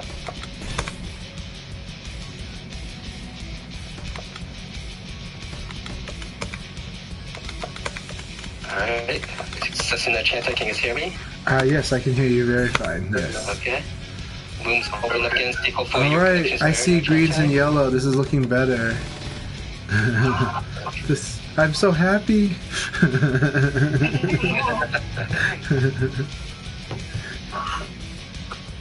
Yeah, thanks for those who play and can't participate again. Hey, welcome, Shai. See. Yeah, so thanks, Sisha, Do Lucas Kyle, and Patrick Cyril. File to fish, which this file is a local player, Fahim. So I'm glad that he could come and play. Alright, and welcome, Shite. And Chance, yay, full bar green. Okay, so. Yeah. Let's see how this goes. Watch like right before the league starts. No. Yeah, we'll see. We'll see how it goes. But I had fun chatting with my chat, but I'm really glad that the viewers are all at Akai and with numbers. That's how it should be. Feel free to support Blurring. Blurring is awesome. He gives another perspective. And Not So the Wolf is on for some French or some European VF. But we're all here for the Akai League. Okay, so yeah. So if you want, you're not want to participate in the second league, then I suggest just leaving Bloom, and then when the next league comes up, then join back in, so that there's no people just because even if you put yourself away, it'll show that you'll be put into the league match. All right, so we'll have 5 matches before we begin the second league. Let me just do some posting places everywhere, and then yeah. Hey, Patricio, I think all of us hate losing. Yeah, so that's something that we will have to, yeah. So, that's fighting games. So, yeah. But I won't consider that flaw. Because I don't think anyone actually specifically enjoy losing. Like, I hate losing, but my mindset just comes from, making the most of the loss. But I hate losing as much as anybody does. Oh yeah, I think everybody does in general. My advice that I took from Chanchai, like way back about a year ago, is learn how to take away your ego away from the loss. Okay, this is not a slide on you. It doesn't mean you suck. It doesn't mean you're bad. It means that the game is throwing you situation that you don't yet know how to handle, and that's okay. That's like we're all learning. You're enjoying the game. We're trying to enjoy the game and try to gather, I'm trying to gather my enjoyment for the game from different situations, not just winning or losing, because then that's kind of a very dark situation you're putting yourself in as you're learning the game, because you're going to lose more than win before you start getting good. A lot. So I think that is my takeaway from what Chai said a while back. Take your ego. Doesn't affect you. It doesn't mean that you're a bad person. It doesn't mean you're bad. It's just you're learning. And if you're enjoying yourself playing, win or lose, then you're always going to be able to gather good things from the win. But everybody gets tilted sometimes. I got tilted from my match with SM Hunter, who was very effective at dismantling my gameplay.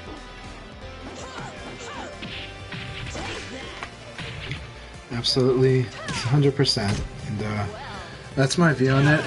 It's again, this game is also it just gets more and more rich the more you build your skills and overcome situations. And there are some situations I'm struggling to overcome with right now too. So frustrating like everyone else, but it's the whole keep your head in the game thing. Keep your focus. Hey, welcome numbers and that kid in the league last week, so I'm glad he come back. And numbers in too now. Now, is there any news? Oh, go ahead. Sorry. I'm sorry. Go ahead. No, I was just asking you if I'm letting you, go through all the points and. I think I have already forgotten what I was trying to say. So, okay. Is there any? But is there any news this week? Yeah. We got. Definitely. Let's see. We have Winter Showdown is the tournament today, right? That's the Colorado event. Hey, welcome Space Time. Winter Showdown is in Colorado, right? Yes, that's correct. Winter Showdown is at Akihabara Arcade in Denver, near Denver, Colorado. Yeah. Actually, I think it's kind of near Colorado Springs.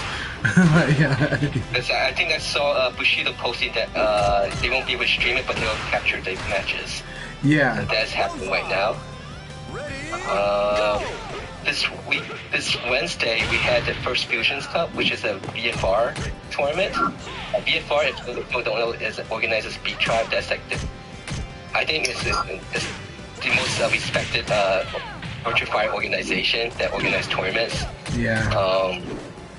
They had the first 5-on-5 team tournament, which instead of using 5-on Showdown, they actually use Ultimate Showdown esports. It was so much they fun to have it watch. Wednesday. Yeah. No match for me. The team that won that was Shark Island.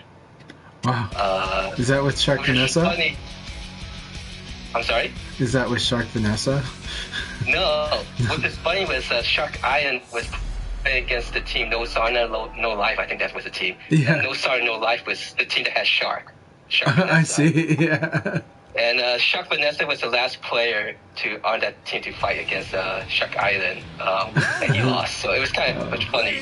Actually, that last match. Okay, so the team that was players that composed of Team Shark Island was Osage, the strong Brad player. Ima, another strong Vanessa player. Both of those made into Challenge Cup finalists. There was Silcat, a Leon player. Man, Silcat was doing really good. Oh my gosh. Yeah. I was watching a lot of runs by Silcat. Let me see if I get the EFTC close. But there was the MVP for that was the Akai player. I need to where I wrote that.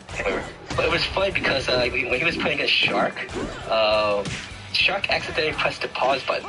Oh no. You know, it's been on the arcade version. Yeah. Right? So because Margo, the John Poe Virtual Fire player, Yes. he was commentating, and then when that pause happened, he started thinking, the world. No, I'm a red bar again. Yeah, What the the world. hell?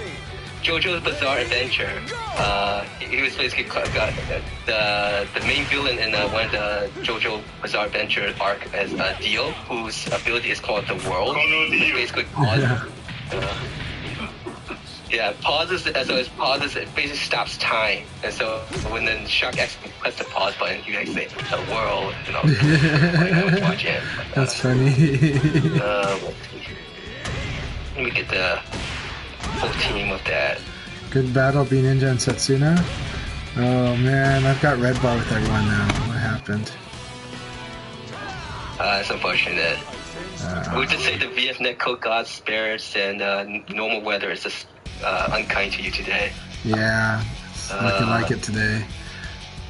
I'm gonna try the sample battle. We'll see. It's back to orange.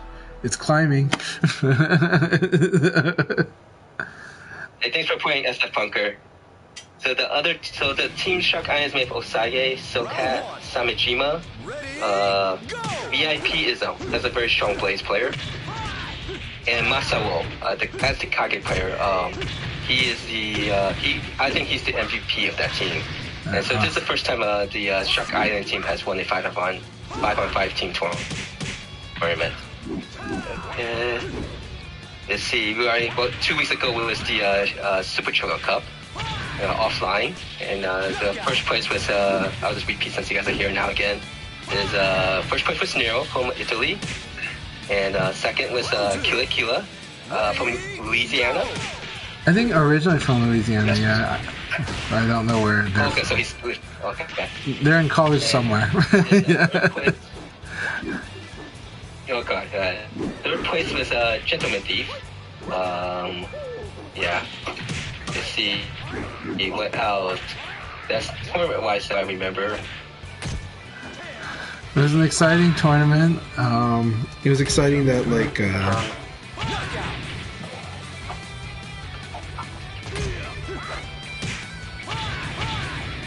sorry, the chat cut off on Discord, so I wasn't sure. Oh, okay. Yeah, I just heard that you were just like okay. stuff. Yeah, no, so it was an exciting tournament, and it was exciting watching Killa Killa was able to eliminate Gentleman Thief from the tournament, and then which leads to the grand finals of because the finals bracket was Nero versus Killa Killa, and Nero's Jackie was looking so scary in that particular match. And so then Killa Killa versus GT was very exciting, and Killa Killa took that. And then, but then Nero did a funny thing in the grand finals, which was he played John versus Killa Killa. And I know I was commenting this to people privately, but I know Nero was trying to make a point to GT. It was like, this is how you beat Killa Killa, and then Killa Killa like resets the bracket.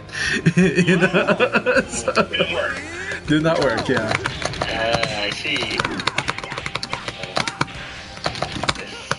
There was the lag at the Okizeme. Yeah, I think the Netco guys are just very unkind to the change, right?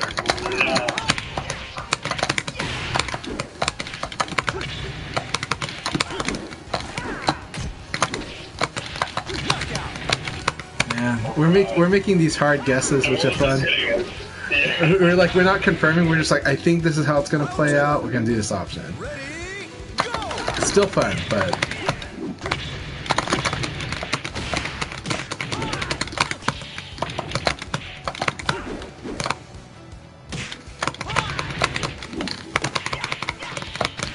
Alright, we might now have 14 players. There's still one spot open. man, this is so scary fighting a Kara like this. Don't need an actual invite. Yeah, I will jump out after this, after this match, but it's fun.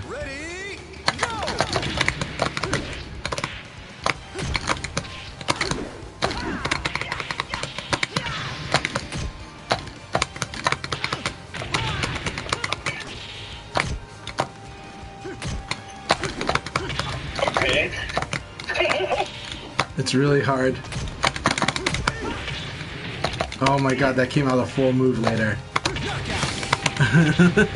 Good game. I'm gonna jump out, but man.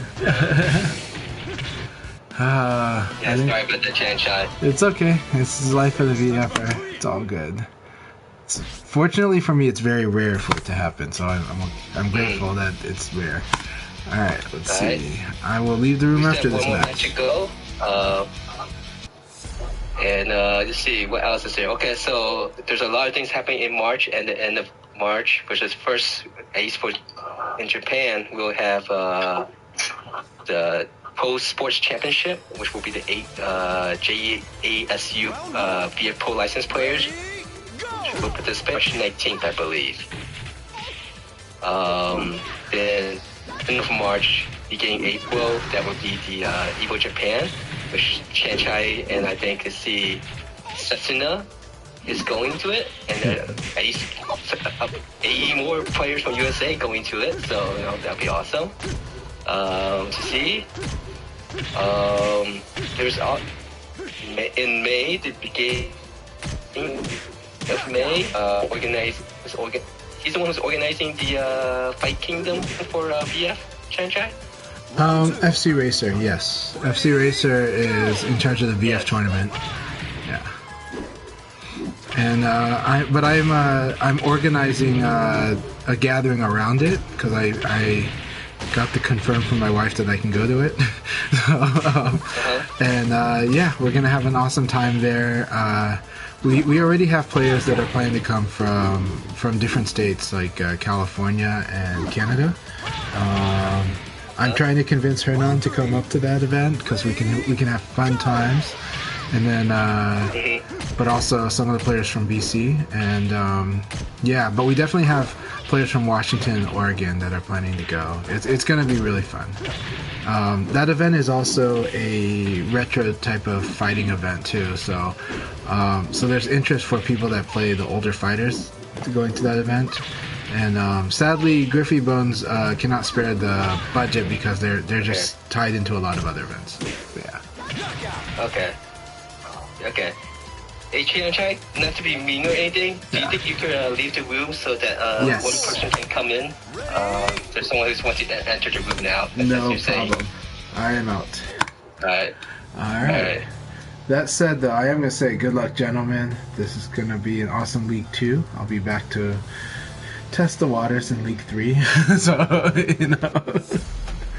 But I don't mind. It's just fun being here with you guys. Alright. Alright. Yeah, so I think we'll just wait for Kung Fu Hustle to join because he's entering, so I'll just go wait here just a minute or two, guys. Yeah. I was really happy to meet Kung Fu Hustle at over there too. He was there as well at Super Toya Cup. Oh, Kung Fu Hustle was there? Yeah, we had an awesome time there. Did he actually participate? Yeah. Well, I don't know if he was in the tournament. Maybe he was there both days, and I was on stream chatting with him. But also we played on stream too, and you know he's got high commitment style, so both of us were just like hitting each other hard. You know, so much fun. So really fun match. Oh wait, are you sure you met Kung Fu Hustle? He said he wasn't there.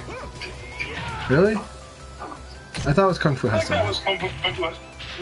Is it Kung Fu Smurf you thinking? Yeah, I'm thinking Kung Fu Smurf. I'm sorry about that. Yeah, sorry. Okay. Mixing up my Kung Fu's. Yeah, it's Kung Fu Smurf. Hustle versus Smurf. Okay, yeah, that's right. Okay. Yeah, I was thinking Kung Fu. Player. We need Shogun Express there too. You know, no, I'm just kidding. Yeah, sorry about that. Sorry, Kung Fu Hustle for mixing you up with Kung Fu Smurf. Yeah. And Kung Fu Smurf We is got awesome. 15 people. That's awesome. If there's any one last minute person joined, let me know. There's an invite spot, so I just let me start. But we'll start with 15 people. This is the biggest league room we have for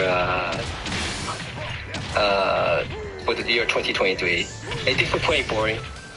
So it's 14 people. 14 people is still a very good size.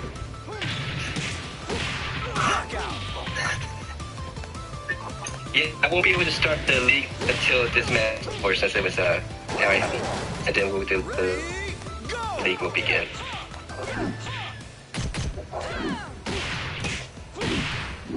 Let's see. I put the sign back up that I'm having technical difficulties. Please watch Akai's stream. So, you know. But, yeah. This is beautiful Sunday though, and I hope everybody the weather wasn't too bad for you guys. I hope you guys all had a good time. Weather in St. Louis is very nice. Excellent. But I also want to say thanks for Jeff joining the room. That's a type of participating league, so hopefully he enjoys this. Yes. Oh, Jump joined. Awesome. He's from Europe, though, I think. So. Oh, he's from Europe? I believe okay. so. So we'll see how he does in the room. But because some Europeans have good connections to the Midwest. But he's awesome. He's good participating member of the Discord. But for those in the West Coast, it might be a little bit tougher. I will say just test it out, see how it goes, and they seem to have a good connection there. They look like they're yellow bar to you, so. I've had a good connection with Jump in the past. Awesome. I'll say that. I'm happy to hear that because I want Jump to fight more and more opponents, you know. So yeah. Alright, good luck everyone. I'm gonna go Good luck, guys. turn off the mic cassette. Good luck.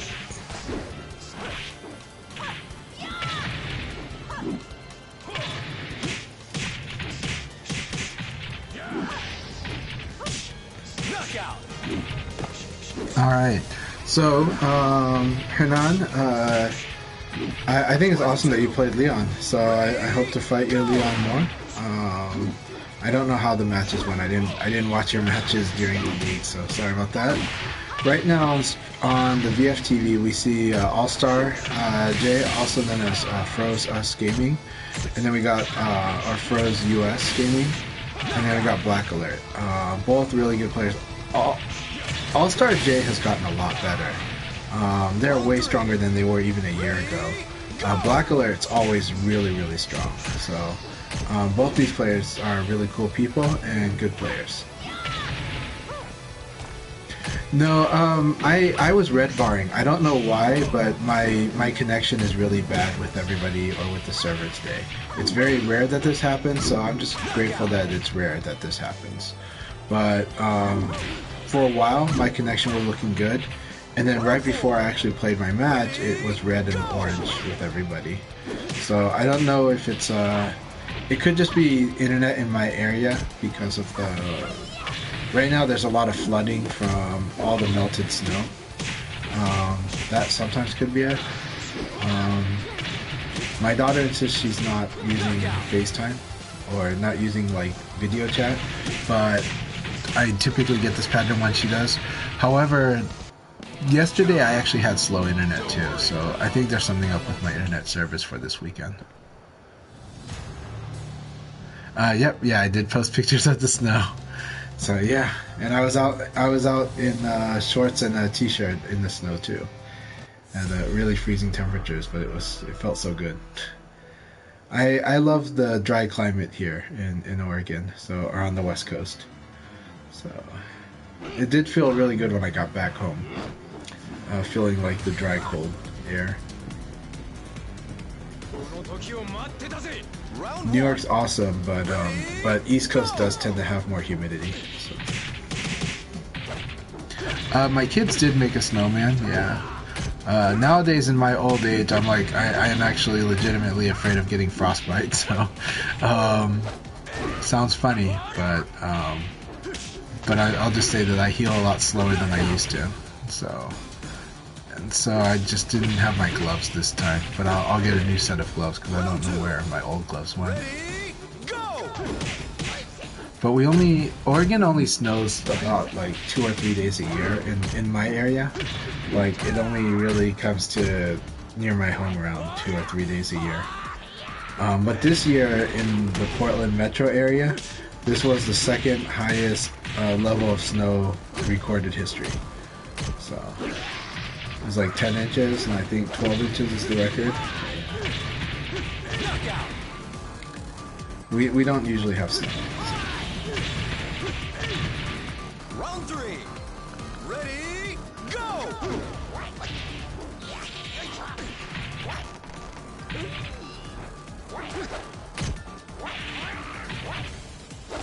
Yeah.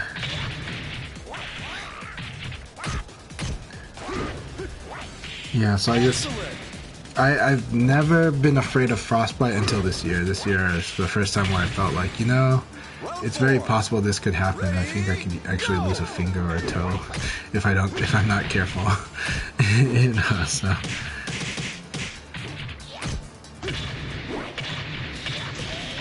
Never felt that way until this year. So. Guess that's why I saw some old folks get bitter over time as you start to have more things that you're afraid of or are concerned about. Round 5. Ready, go! And it's fun watching this Sean. Though it is funny watching Akira just like jab him out of it.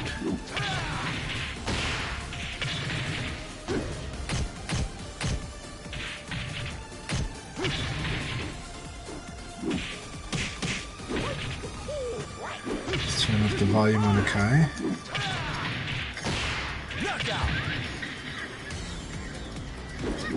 I am glad that Jub is trying out the... Jub is a player from Germany, and they got into VF just a little bit before Ultimate Showdown came out, so... And they actually are pretty good too, so I'm glad that they're trying it out. I see Hernan is back on Brad. He missed his punish, but...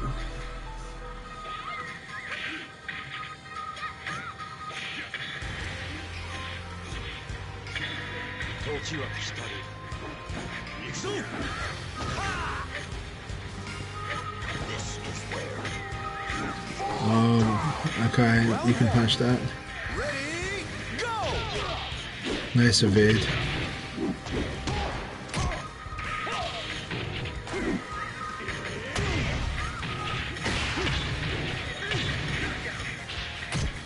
Good battle. Very good battle with Akai.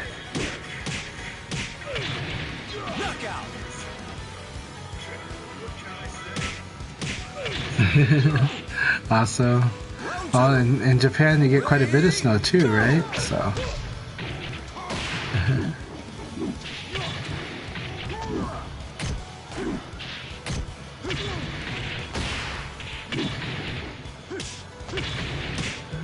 Kung Fu Smurf versus King Seti.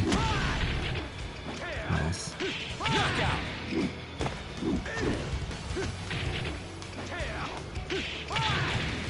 Round 3. Ready, go!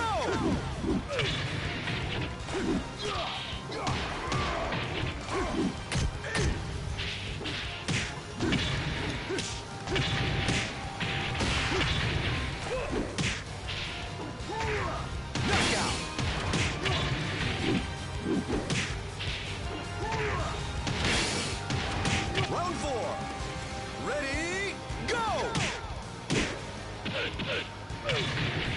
I see.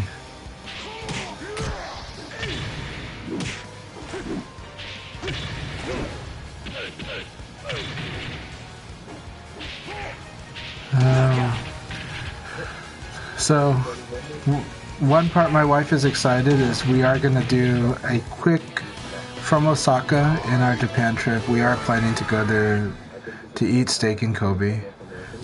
We were told that Kobe doesn't have that much, but the steak is awesome, so it's worth the trip.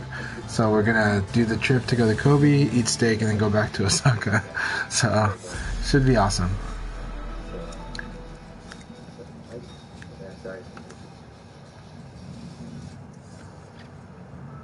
Ah, Jub Jub is from Sweden. Okay, my bad, not from Germany. I'll give it 100%.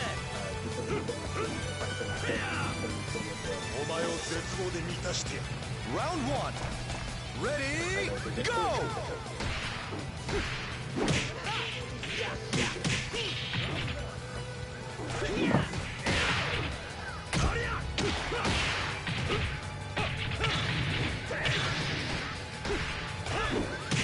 Knockout!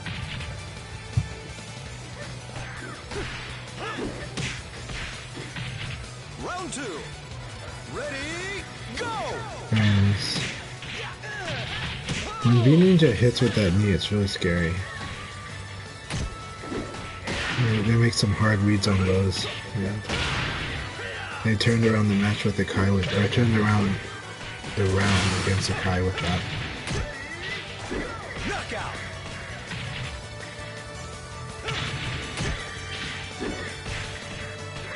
Round 3.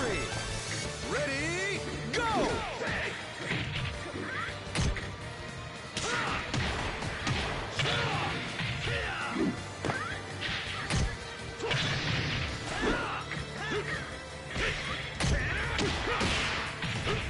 Knockout!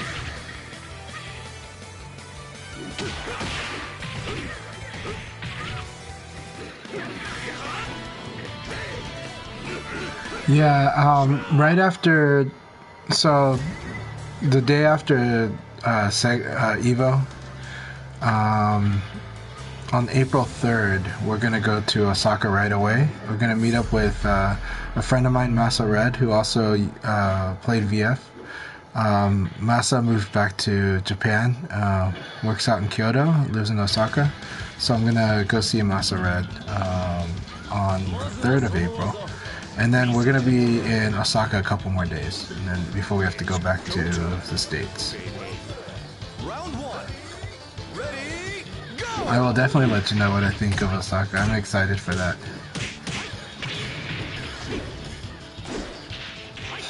Yeah, I really we'll see if we end up going to Kyoto. I kind of hope we do, because Kyoto just looks amazing. But I think we try to manage the scale, but we'll see what we end up doing.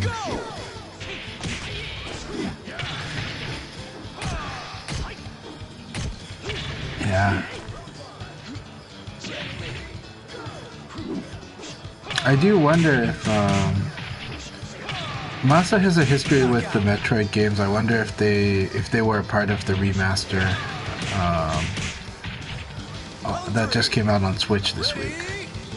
So I know that they did work on Metroid Prime like 2 and 3, I think.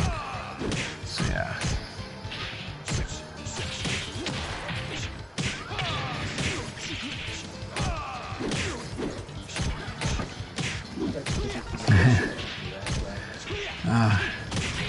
That's gonna be a wonderful reunion. I'm wishing for a wonderful and fun reunion for you, Princess.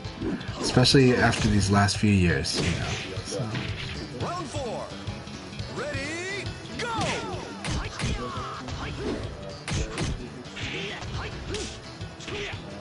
Let's see how's Jub Jub going.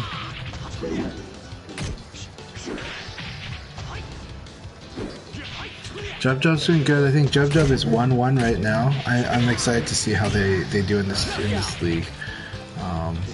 Jub Jub asks really good questions on the VF Discord, so I always enjoy talking about it. They have a nice critical process, which is good. So they do challenge the information they receive, but that means like they take it very seriously, and that's good. So yeah. Yeah, last few years really rough, and we've all come through well. I'm just grateful for VF. It's made it a lot more nice for me the last couple of years. Like whatever people have to say about this game has just brought me lots and lots of joy. So. Don't worry, pal. I won't forget you. As well with the low turnouts, I think consistently host a session at regular time will turn out very well. But it really took time for it to And Dollar Yen versus Akai is a lot of fun watching. They're very different ways of playing. And Dollar Yen has a lot of cool runaway tactics, a lot of ways of creating space. Start running now! Round 1. Ready, go! Alright, on the screen we got Jason Elbow versus Mr. X Live. So we got Elblaze versus Elblaze.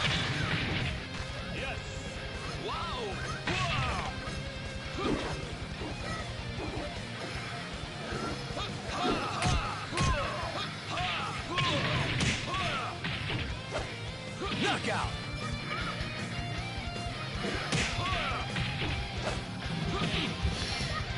Round 2. Ready, go! This is a good time for me to start heating up the pizza and stuff for the kids. I'll be right back.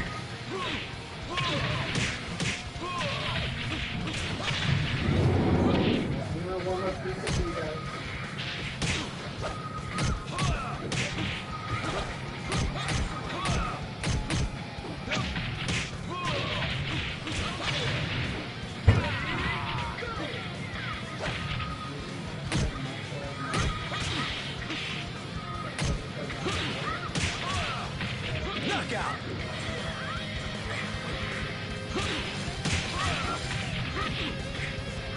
Round 3. Ready, go!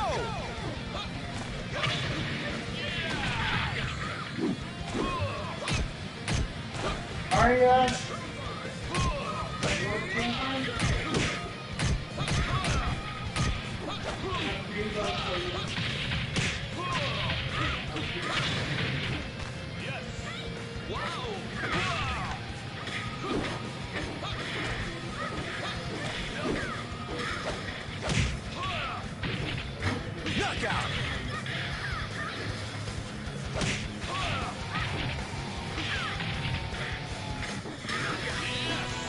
Did you throw it yet? Heavyweights are nothing to me.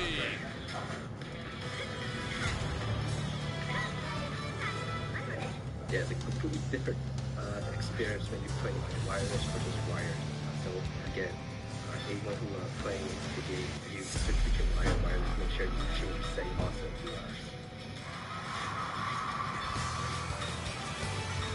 interstate that code.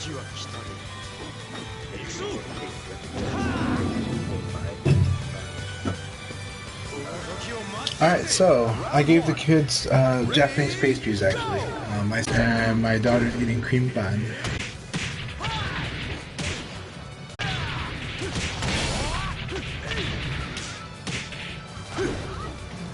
fighter versus Akai. Lean is pretty good. It's pretty strong. It definitely tries to maximize the use of 9K, but it's using a lot of different stuff now. Actually, I haven't seen a single 9K yet. I think they know that Akai is likely to just block it. It is tricky getting used to sidestepping High's 3P K.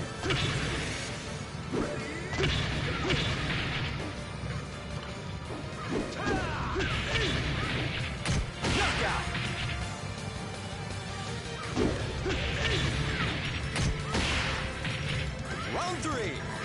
Ready, go!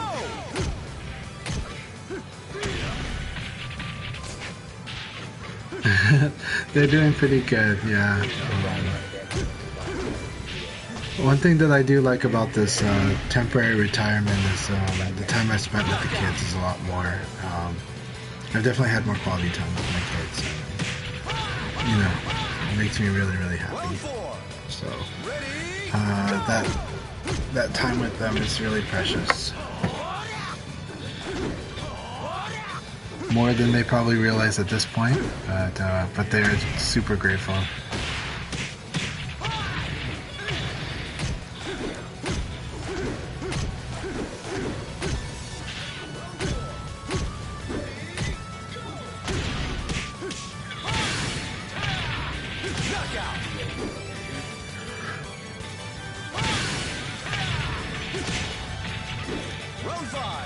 Akai really likes the mid-range with Akai.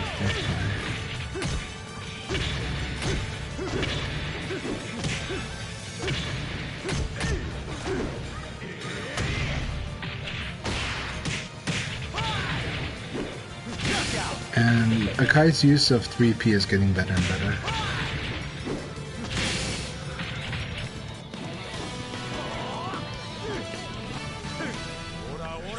It definitely will mean more as time goes by, especially with us Americans, because yeah, most Americans, hopefully my children will be wonderfully close through the teenage years, but for a lot of Americans, the teenage years are very rebellious years, and time where, you know, it's just where the relationship between parents and children can really start getting tested pretty seriously. Round 1. Ready, go! Alright, so here's Mohammed. Mohammed is from Egypt. They have good VF, but they do have to play with a lot of lag, so it's always rough. Because of that, they do get frustrated with other people getting frustrated with them. But the fact is, though, their game does build a lot of reads. It's just that you can't really play reaction VF with them. You have to really guess, and you have to kind of predict what's going to happen and commit to it. But I think they got better. They improved their internet, so I think depending on who they fight, they probably have a lot better connections now. But it would be characteristic of their battles if you see hard read stuff. You just see like full commitment, like just making an assumption about what you're going to do next and then committing to an option that should beat it, but it might lose horribly to it. Yeah, I hope not, but you know, it's just part of growing up here. It's part of the culture in America, you know. So we'll see, but my kids so far have just been amazingly sweet, and amazingly like obedient in a way, but also like they think for themselves, but yet there is a good amount of trust and goodwill between between them and me right now. But of course that's normal when the kids are young.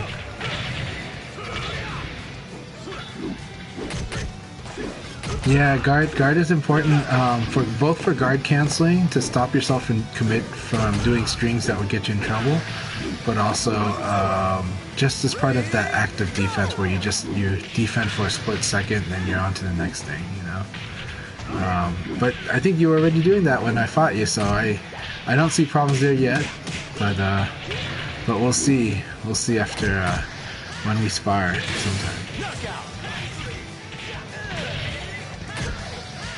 But last time we sparred like a year ago, your Sarah is very nice. So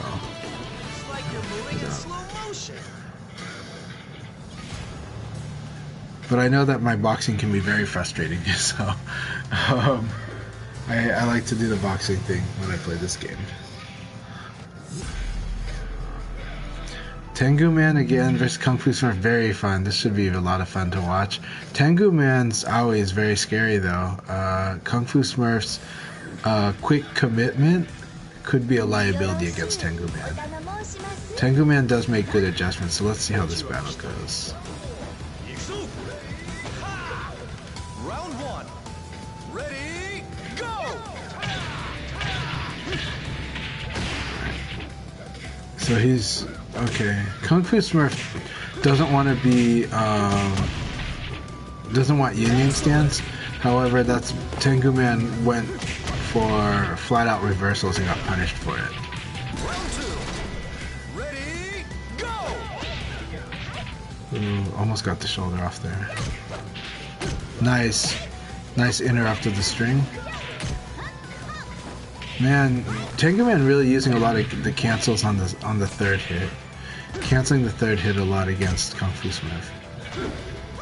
But really going for the reversal, like I don't like going for the reversal like that. That's too risky.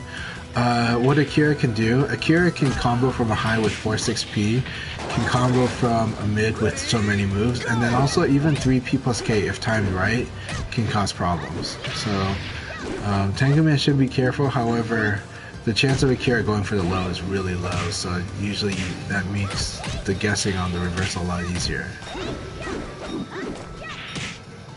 Because Akira's lows really suck, but Akira has really good throws. And sometimes it should actually be going through throws more now. With the way Tengu Man's playing right now, throw would be very effective. It's just too greedy on reversals.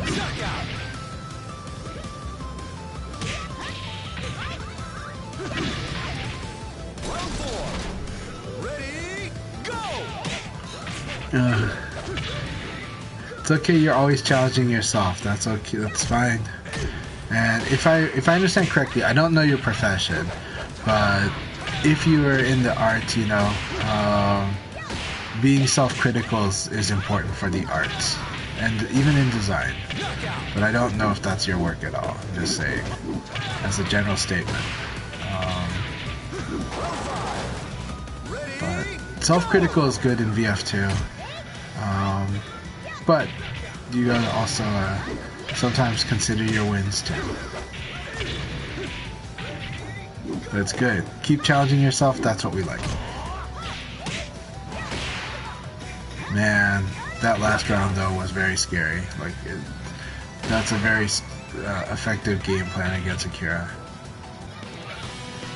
Tengu Man's experience against Akira shows. They spar a lot with Paul 6'8" KDMD, and Paul plays at a high pace. That's actually probably why Tengu Man kept playing the way that they did, they were shadow boxing Paul. And it would throw somebody like me or Kung Fu Smurf off. Alright, we got the Japanese players, they're pretty good.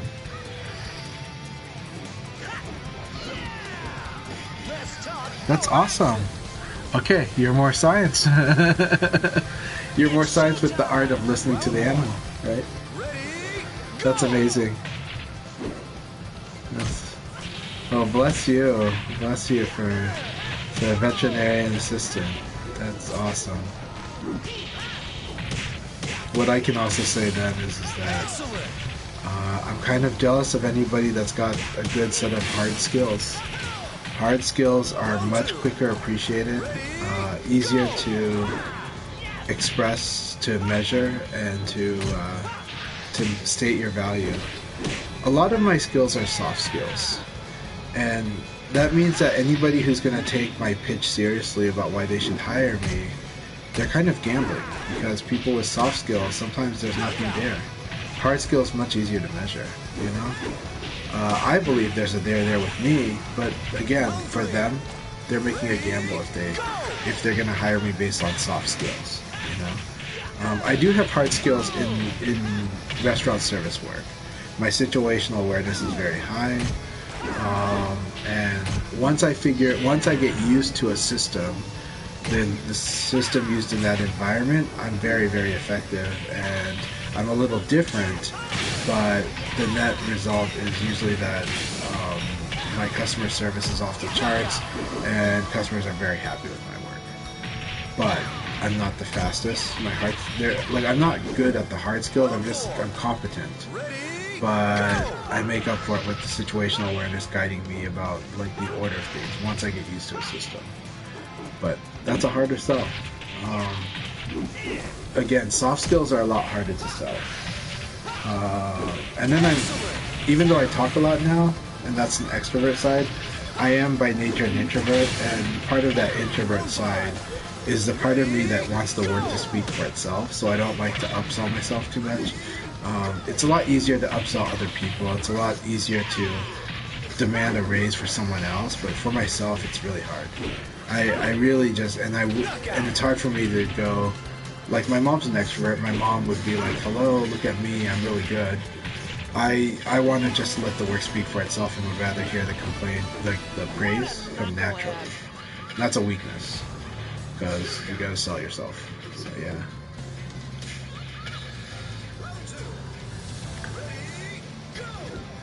Thank you very much. Yeah, presentation is hard, yeah. Yeah. Yeah, the army teaches you a lot of things, but the army's also, there's always that transition between military and civilian life back because of having to operate under different urgency, right? But also structure. Yeah, especially in America. I think coming from military in more conservative culture is probably easier, right? But in the type of culture we have in America, it can be kind of hard because a lot of civilians might not fully understand a military person. They'll understand, but they'll have like maybe the wrong idea. Whereas you go to like Thailand or Singapore or any country that requires all males to serve military time, at least 2 years. Different relationship, right? and more of a strict path. But that's also why in those countries also gaming as a profession is so too difficult. It's mostly like in Singapore, it's only the kids that are getting sponsored, right? Because once you're an adult, you're expected to be like an adult. Taiwan, same thing. I heard that in Taiwan, Sega approached the Taiwanese VF scene and wanted to do something special for them, but they just said they rejected it because they wouldn't be able to commit to it. They don't think that the players could stick to the obligations. Yeah. So if the military to civilian transition, it seems to be conservative countries and countries that require militaries. So then there's just kind of a norm on how you deal with it, right? But in America, you see a lot of veterans that end up struggling, reintegrating into civilian life and even getting very frustrated and like visibly frustrated and socially frustrated. So it's tough. Right, and that's on top of the old school problem of relationships while in the military. Right, the looser the relationship, the better, because the tighter some of the tighter relationships fall apart without one party knowing that the relationship fell apart. Because long distance relationships are hard. I was lucky that my long distance relationship worked perfectly, but both my wife and I, when we got into a long distance relationship as boyfriend and girlfriend, acknowledged how against the odds long distance relationships are, and I agreed that that there would be an easy exit if either one of us just kind of found a time to move on. Fortunately, we didn't move on. So. Thanks. That's a wonderful suggestion, VX Jackie. I might have to look at that. But that is a wonderful suggestion.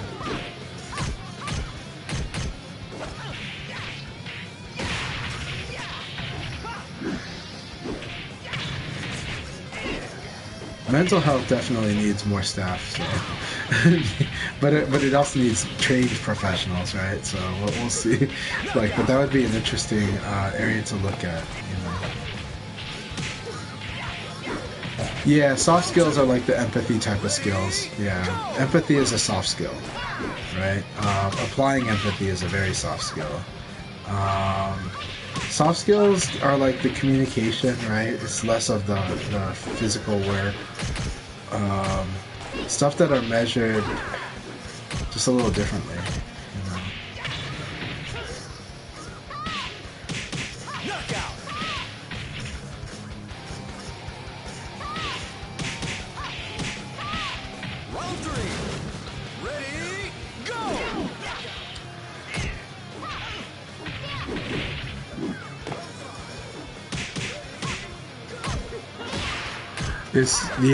Long distance relationships are very difficult. I think the thing is relationships are difficult, right? I mean, they are, and a relationship is something that's happening between two people, and people are different. The hard part is most relationships usually they start with some form of attraction, and that is an emotion, right? And hormones are often involved, right? And hormones are going to definitely be involved with who you will be considering to be a relationship with and who not, right? So it's tough. Relationships are tough, period. And so, on top of all of that and all the chaotic mixes, if I was to say that something that is important is chemistry, and the problem is you won't really know about chemistry until you're already in the relationship. I mean, you kind of have an idea before, but honestly, hormones make you excited for any start of a new relationship. And so, one of the hardest challenges for a long-term relationship is that a long-term relationship is one that could be okay being boring, right? But if the relationship is only thriving on what's exciting, that doesn't necessarily mean it can be a long-term relationship. Most relationships are super exciting when they get started, right?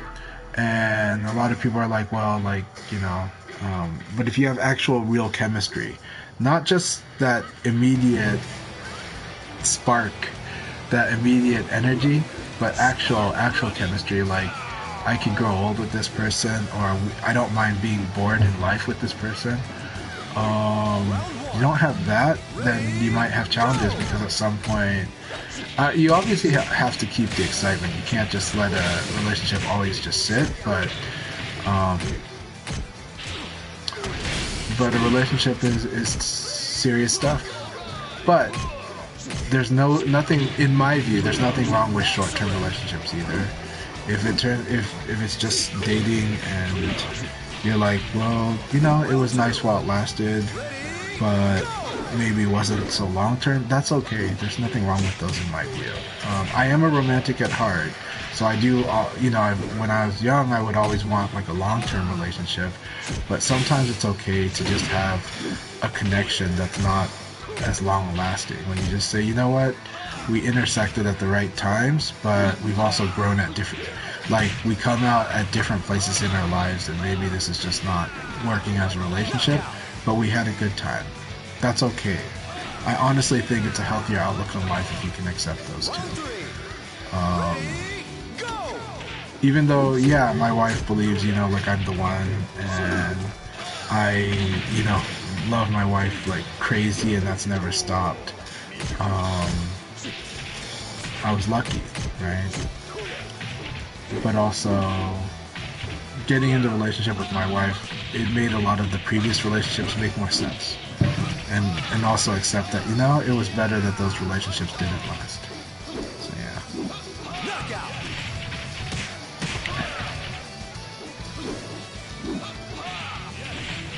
Round 4. Ready, go!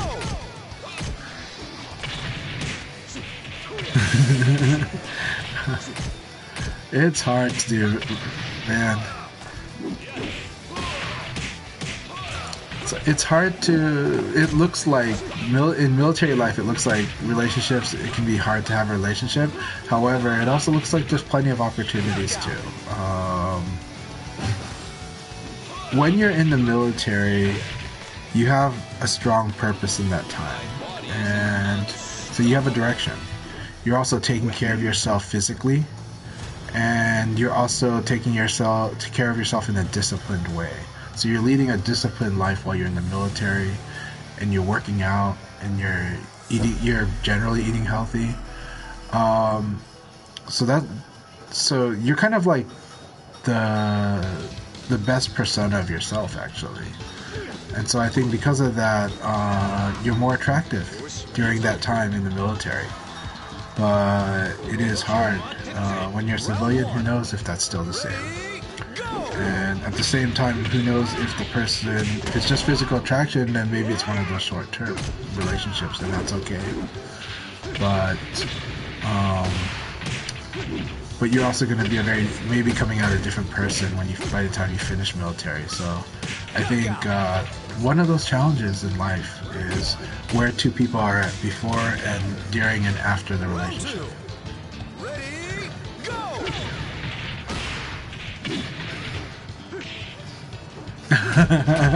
So that sounds like a chemistry problem, Jay. You know, I went to New York in 2006. They had Final Tuned. I did meet up with a friend there, but more importantly, I took a girl to New York on that trip. And we did, like, that girl was like on my list. Like, these are what I would like in a girl. These are things that I think is like a dream girl. She's like the dream girl, right? We had no chemistry. She wished that we had brought a group to New York instead of just the two of us. I'm a one-on-one person. I've always been a one-on-one person. So I'm the guy back in school who had friends in every circle, but wasn't in the circles. Just kind of, because I like to talk to people like I'm talking to you guys, as if we're talking one-on-one, even though I'm talking to two people right now, right? That's just my style, right? And she was much more group-oriented. And when I go sightseeing as a tourist, I like to breathe in the place that I go. So I like to go to a few places, but really take it all in.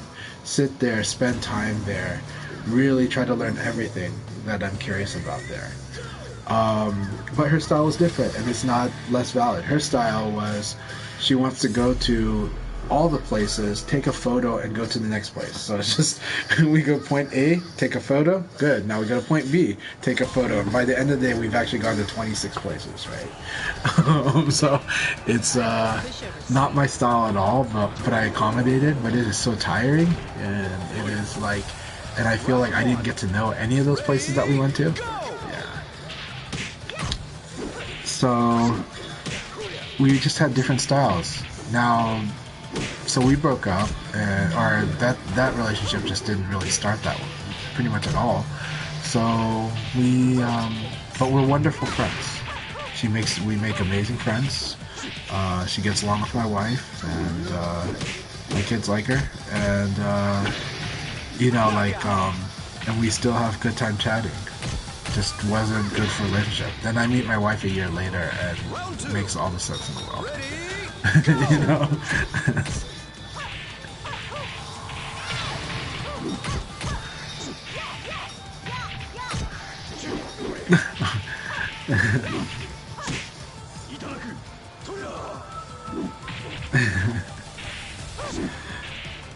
No. That's definitely an interesting take, Bronx Jackie. So, but I kind of understand.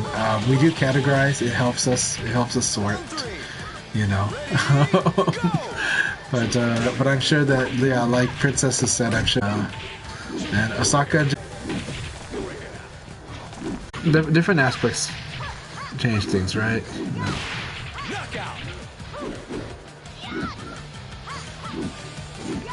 And Godell's a very good player. Good to see their Godel was really nice. They actually had asked Nero about me because they wanted to help me be a better player too.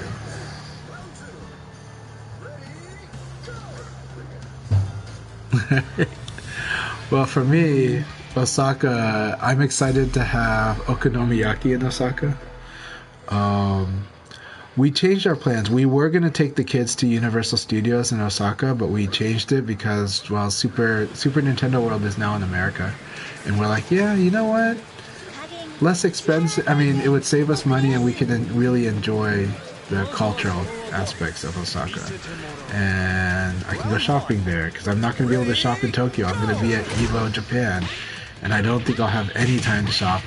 One of the items on my list, I don't know if I'm going to get it though because it's very expensive and my budget's very tight. But the new Sony Walkman, oh my gosh, the limited edition one looks so good, the black and gold. I really want that. I like the sound profile of it. I really want it. But it is very expensive. And it might not even be available. It might sell out because it already released there, I think. But man, the new Sony Walkman is so good.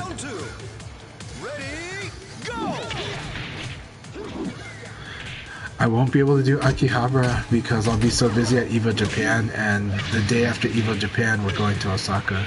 So I would have to go into like the audio store in Osaka if I decide to get the Walkman. Unless VF is only one of the 2 days, you know. But even then, my goal is to hang out with the Japanese VF players, so that takes a higher priority. So I don't think I'll be able to go to Akihabara. Just not this time. My kids, my family are gonna go to all the Tokyo places, but I am strictly EVO Japan. We're staying at different hotels during EVO Japan because I told them that I cannot commit to anything. The tournament may run at some weird schedule.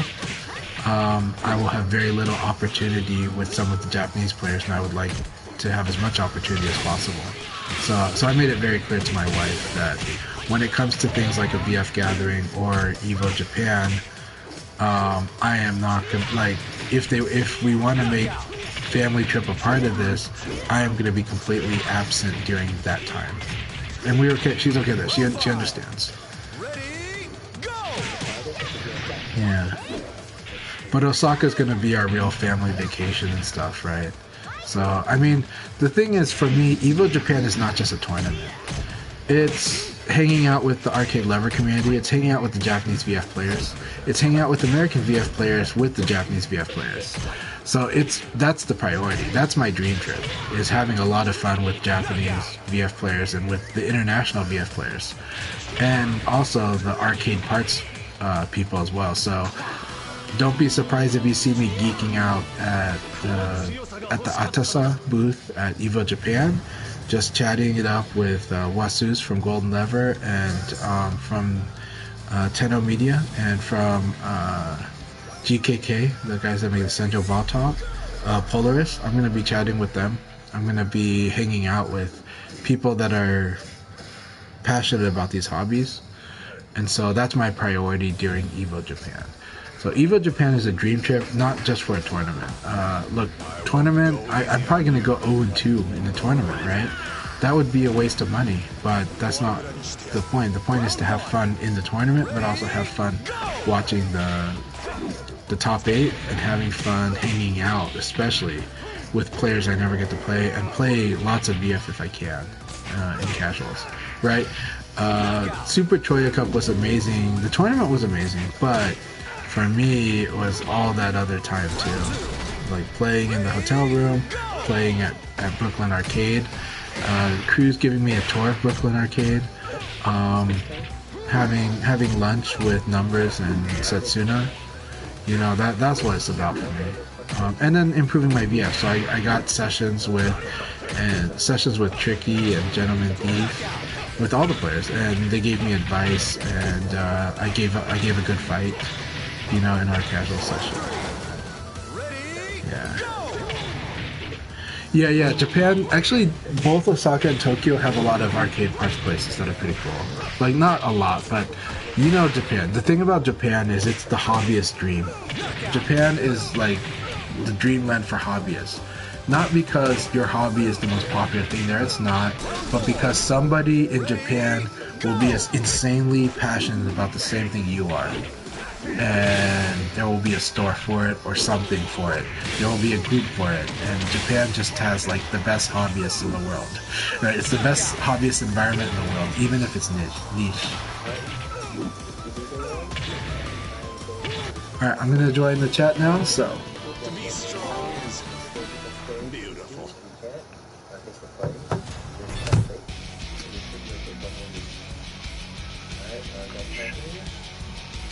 Hey guys.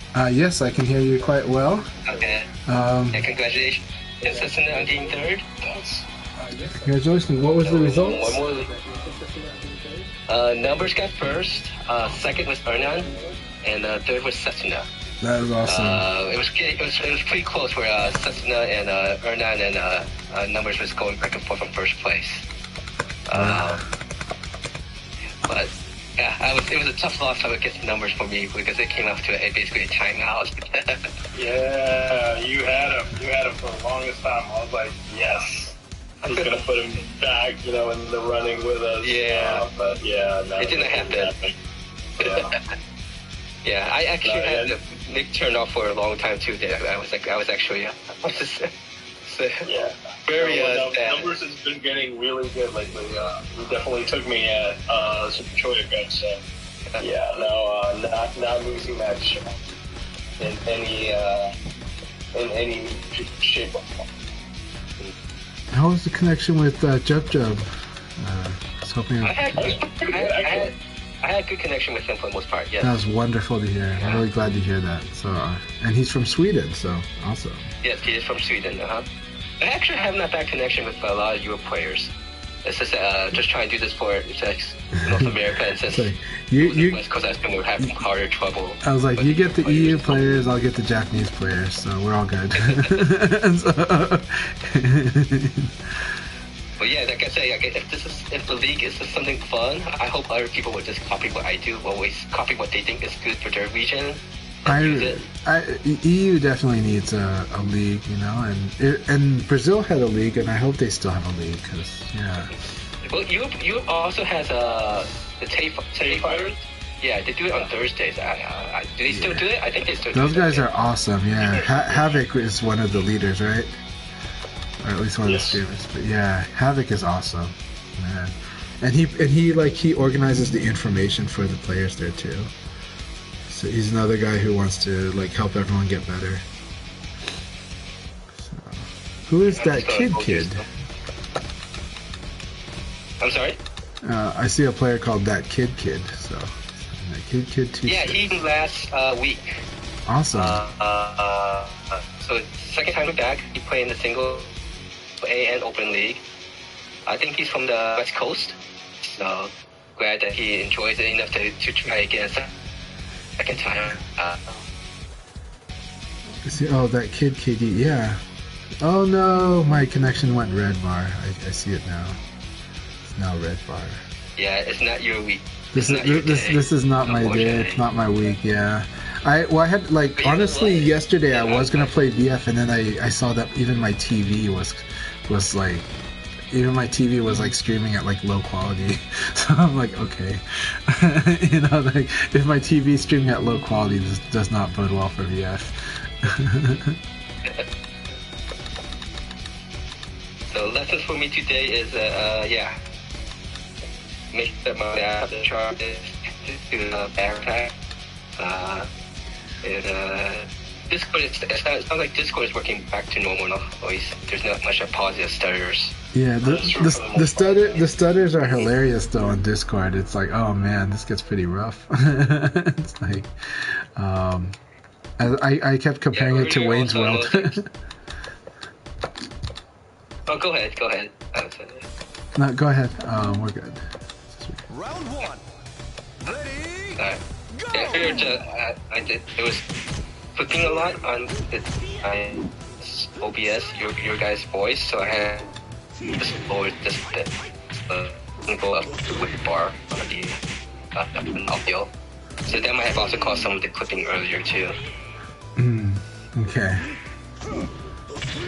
I had some of the clipping on your voice just now, but then it went really clear. So it is my connection today, though. This is like, I hope that you're hearing Setsuna well, though. Are you hearing Setsuna pretty well?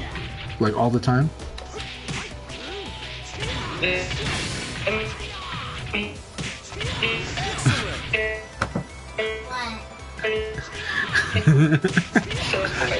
right now, Akai sounds like a lightsaber duel.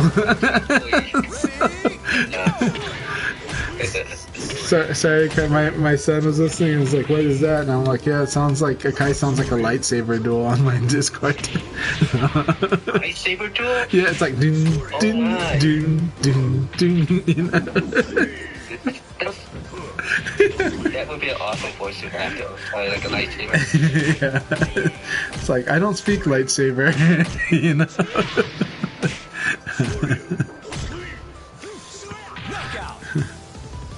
I'm gonna try one game here. I'm gonna try one game, but I did want to pass it off to you. I'm sure that there's a topic. I wish I could partake, but I have a feeling that my voice is gonna be chopped up. So.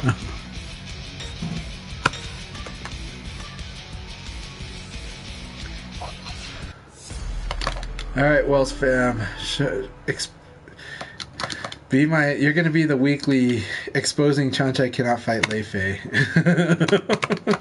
but Wells fam is really good. Wells fam's gotten so much better. He's very strong. He's been strong for a year. At least. Oh wow, I got connected from the payment call. I'll watch your own stream.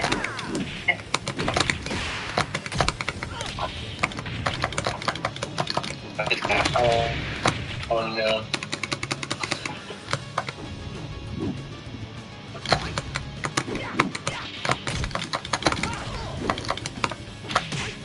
wow, and then the Wells family got going yellow.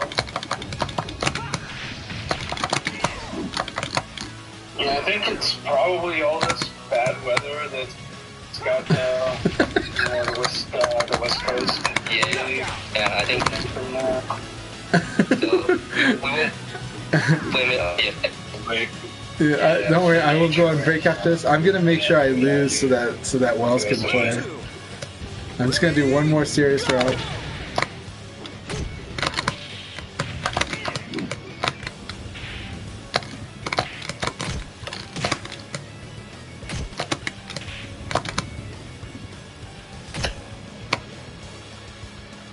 Is it gonna crash? It's gonna crash. It crashed.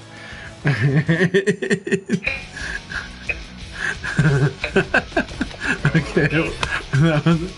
that was so painful. It's all good.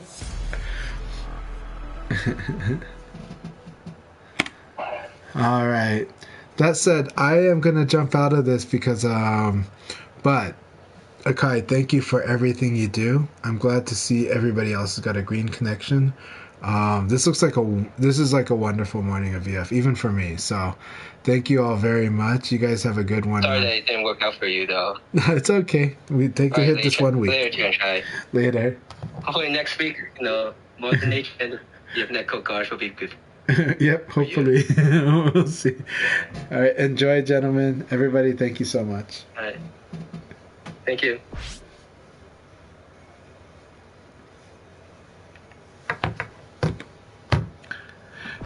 Space time. I'm doing good, but unfortunately my connection just sucks for VF today.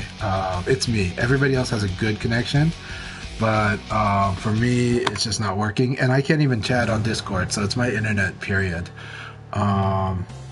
Like the Discord, I couldn't understand Akai at all, and but I had a wonderful chat with everybody here, so this was a lot of fun, and I will post Akai's league on my YouTube channel as well, from their point of view. But yeah, happy to stream. Hopefully tonight will be better. However, my internet's been a little whacked for since the weather storm. Since halfway through it. Thursday we had snow, like lots of it, more than normal. I have a feeling that the infrastructure took a hit and a lot of people are using internet, are using up resources, so it's just one of those things. But I had an awesome time chatting with Bronx Jackie and Princess Fluff, and I always love having Jimmy Claymore here. Space Time, love having you here. We'll try to set up some offline VF as well, because Space Time is not too far away from me. So I do enjoy driving out to Space Time's area as well. So alright, everybody have a good one. I'm glad that Wells fam is from my area, or not my area, but from the Northwest. So they're about like 3 hours away from me. But I can't wait to meet them in person at that event in May. So everyone have a good one. Take care. Please support Akai, Numbers, Blurring, and Not So the Wolf. They are the players that I saw that were also streaming today. So please do good by them, and let's have some fun together again soon. Cheers.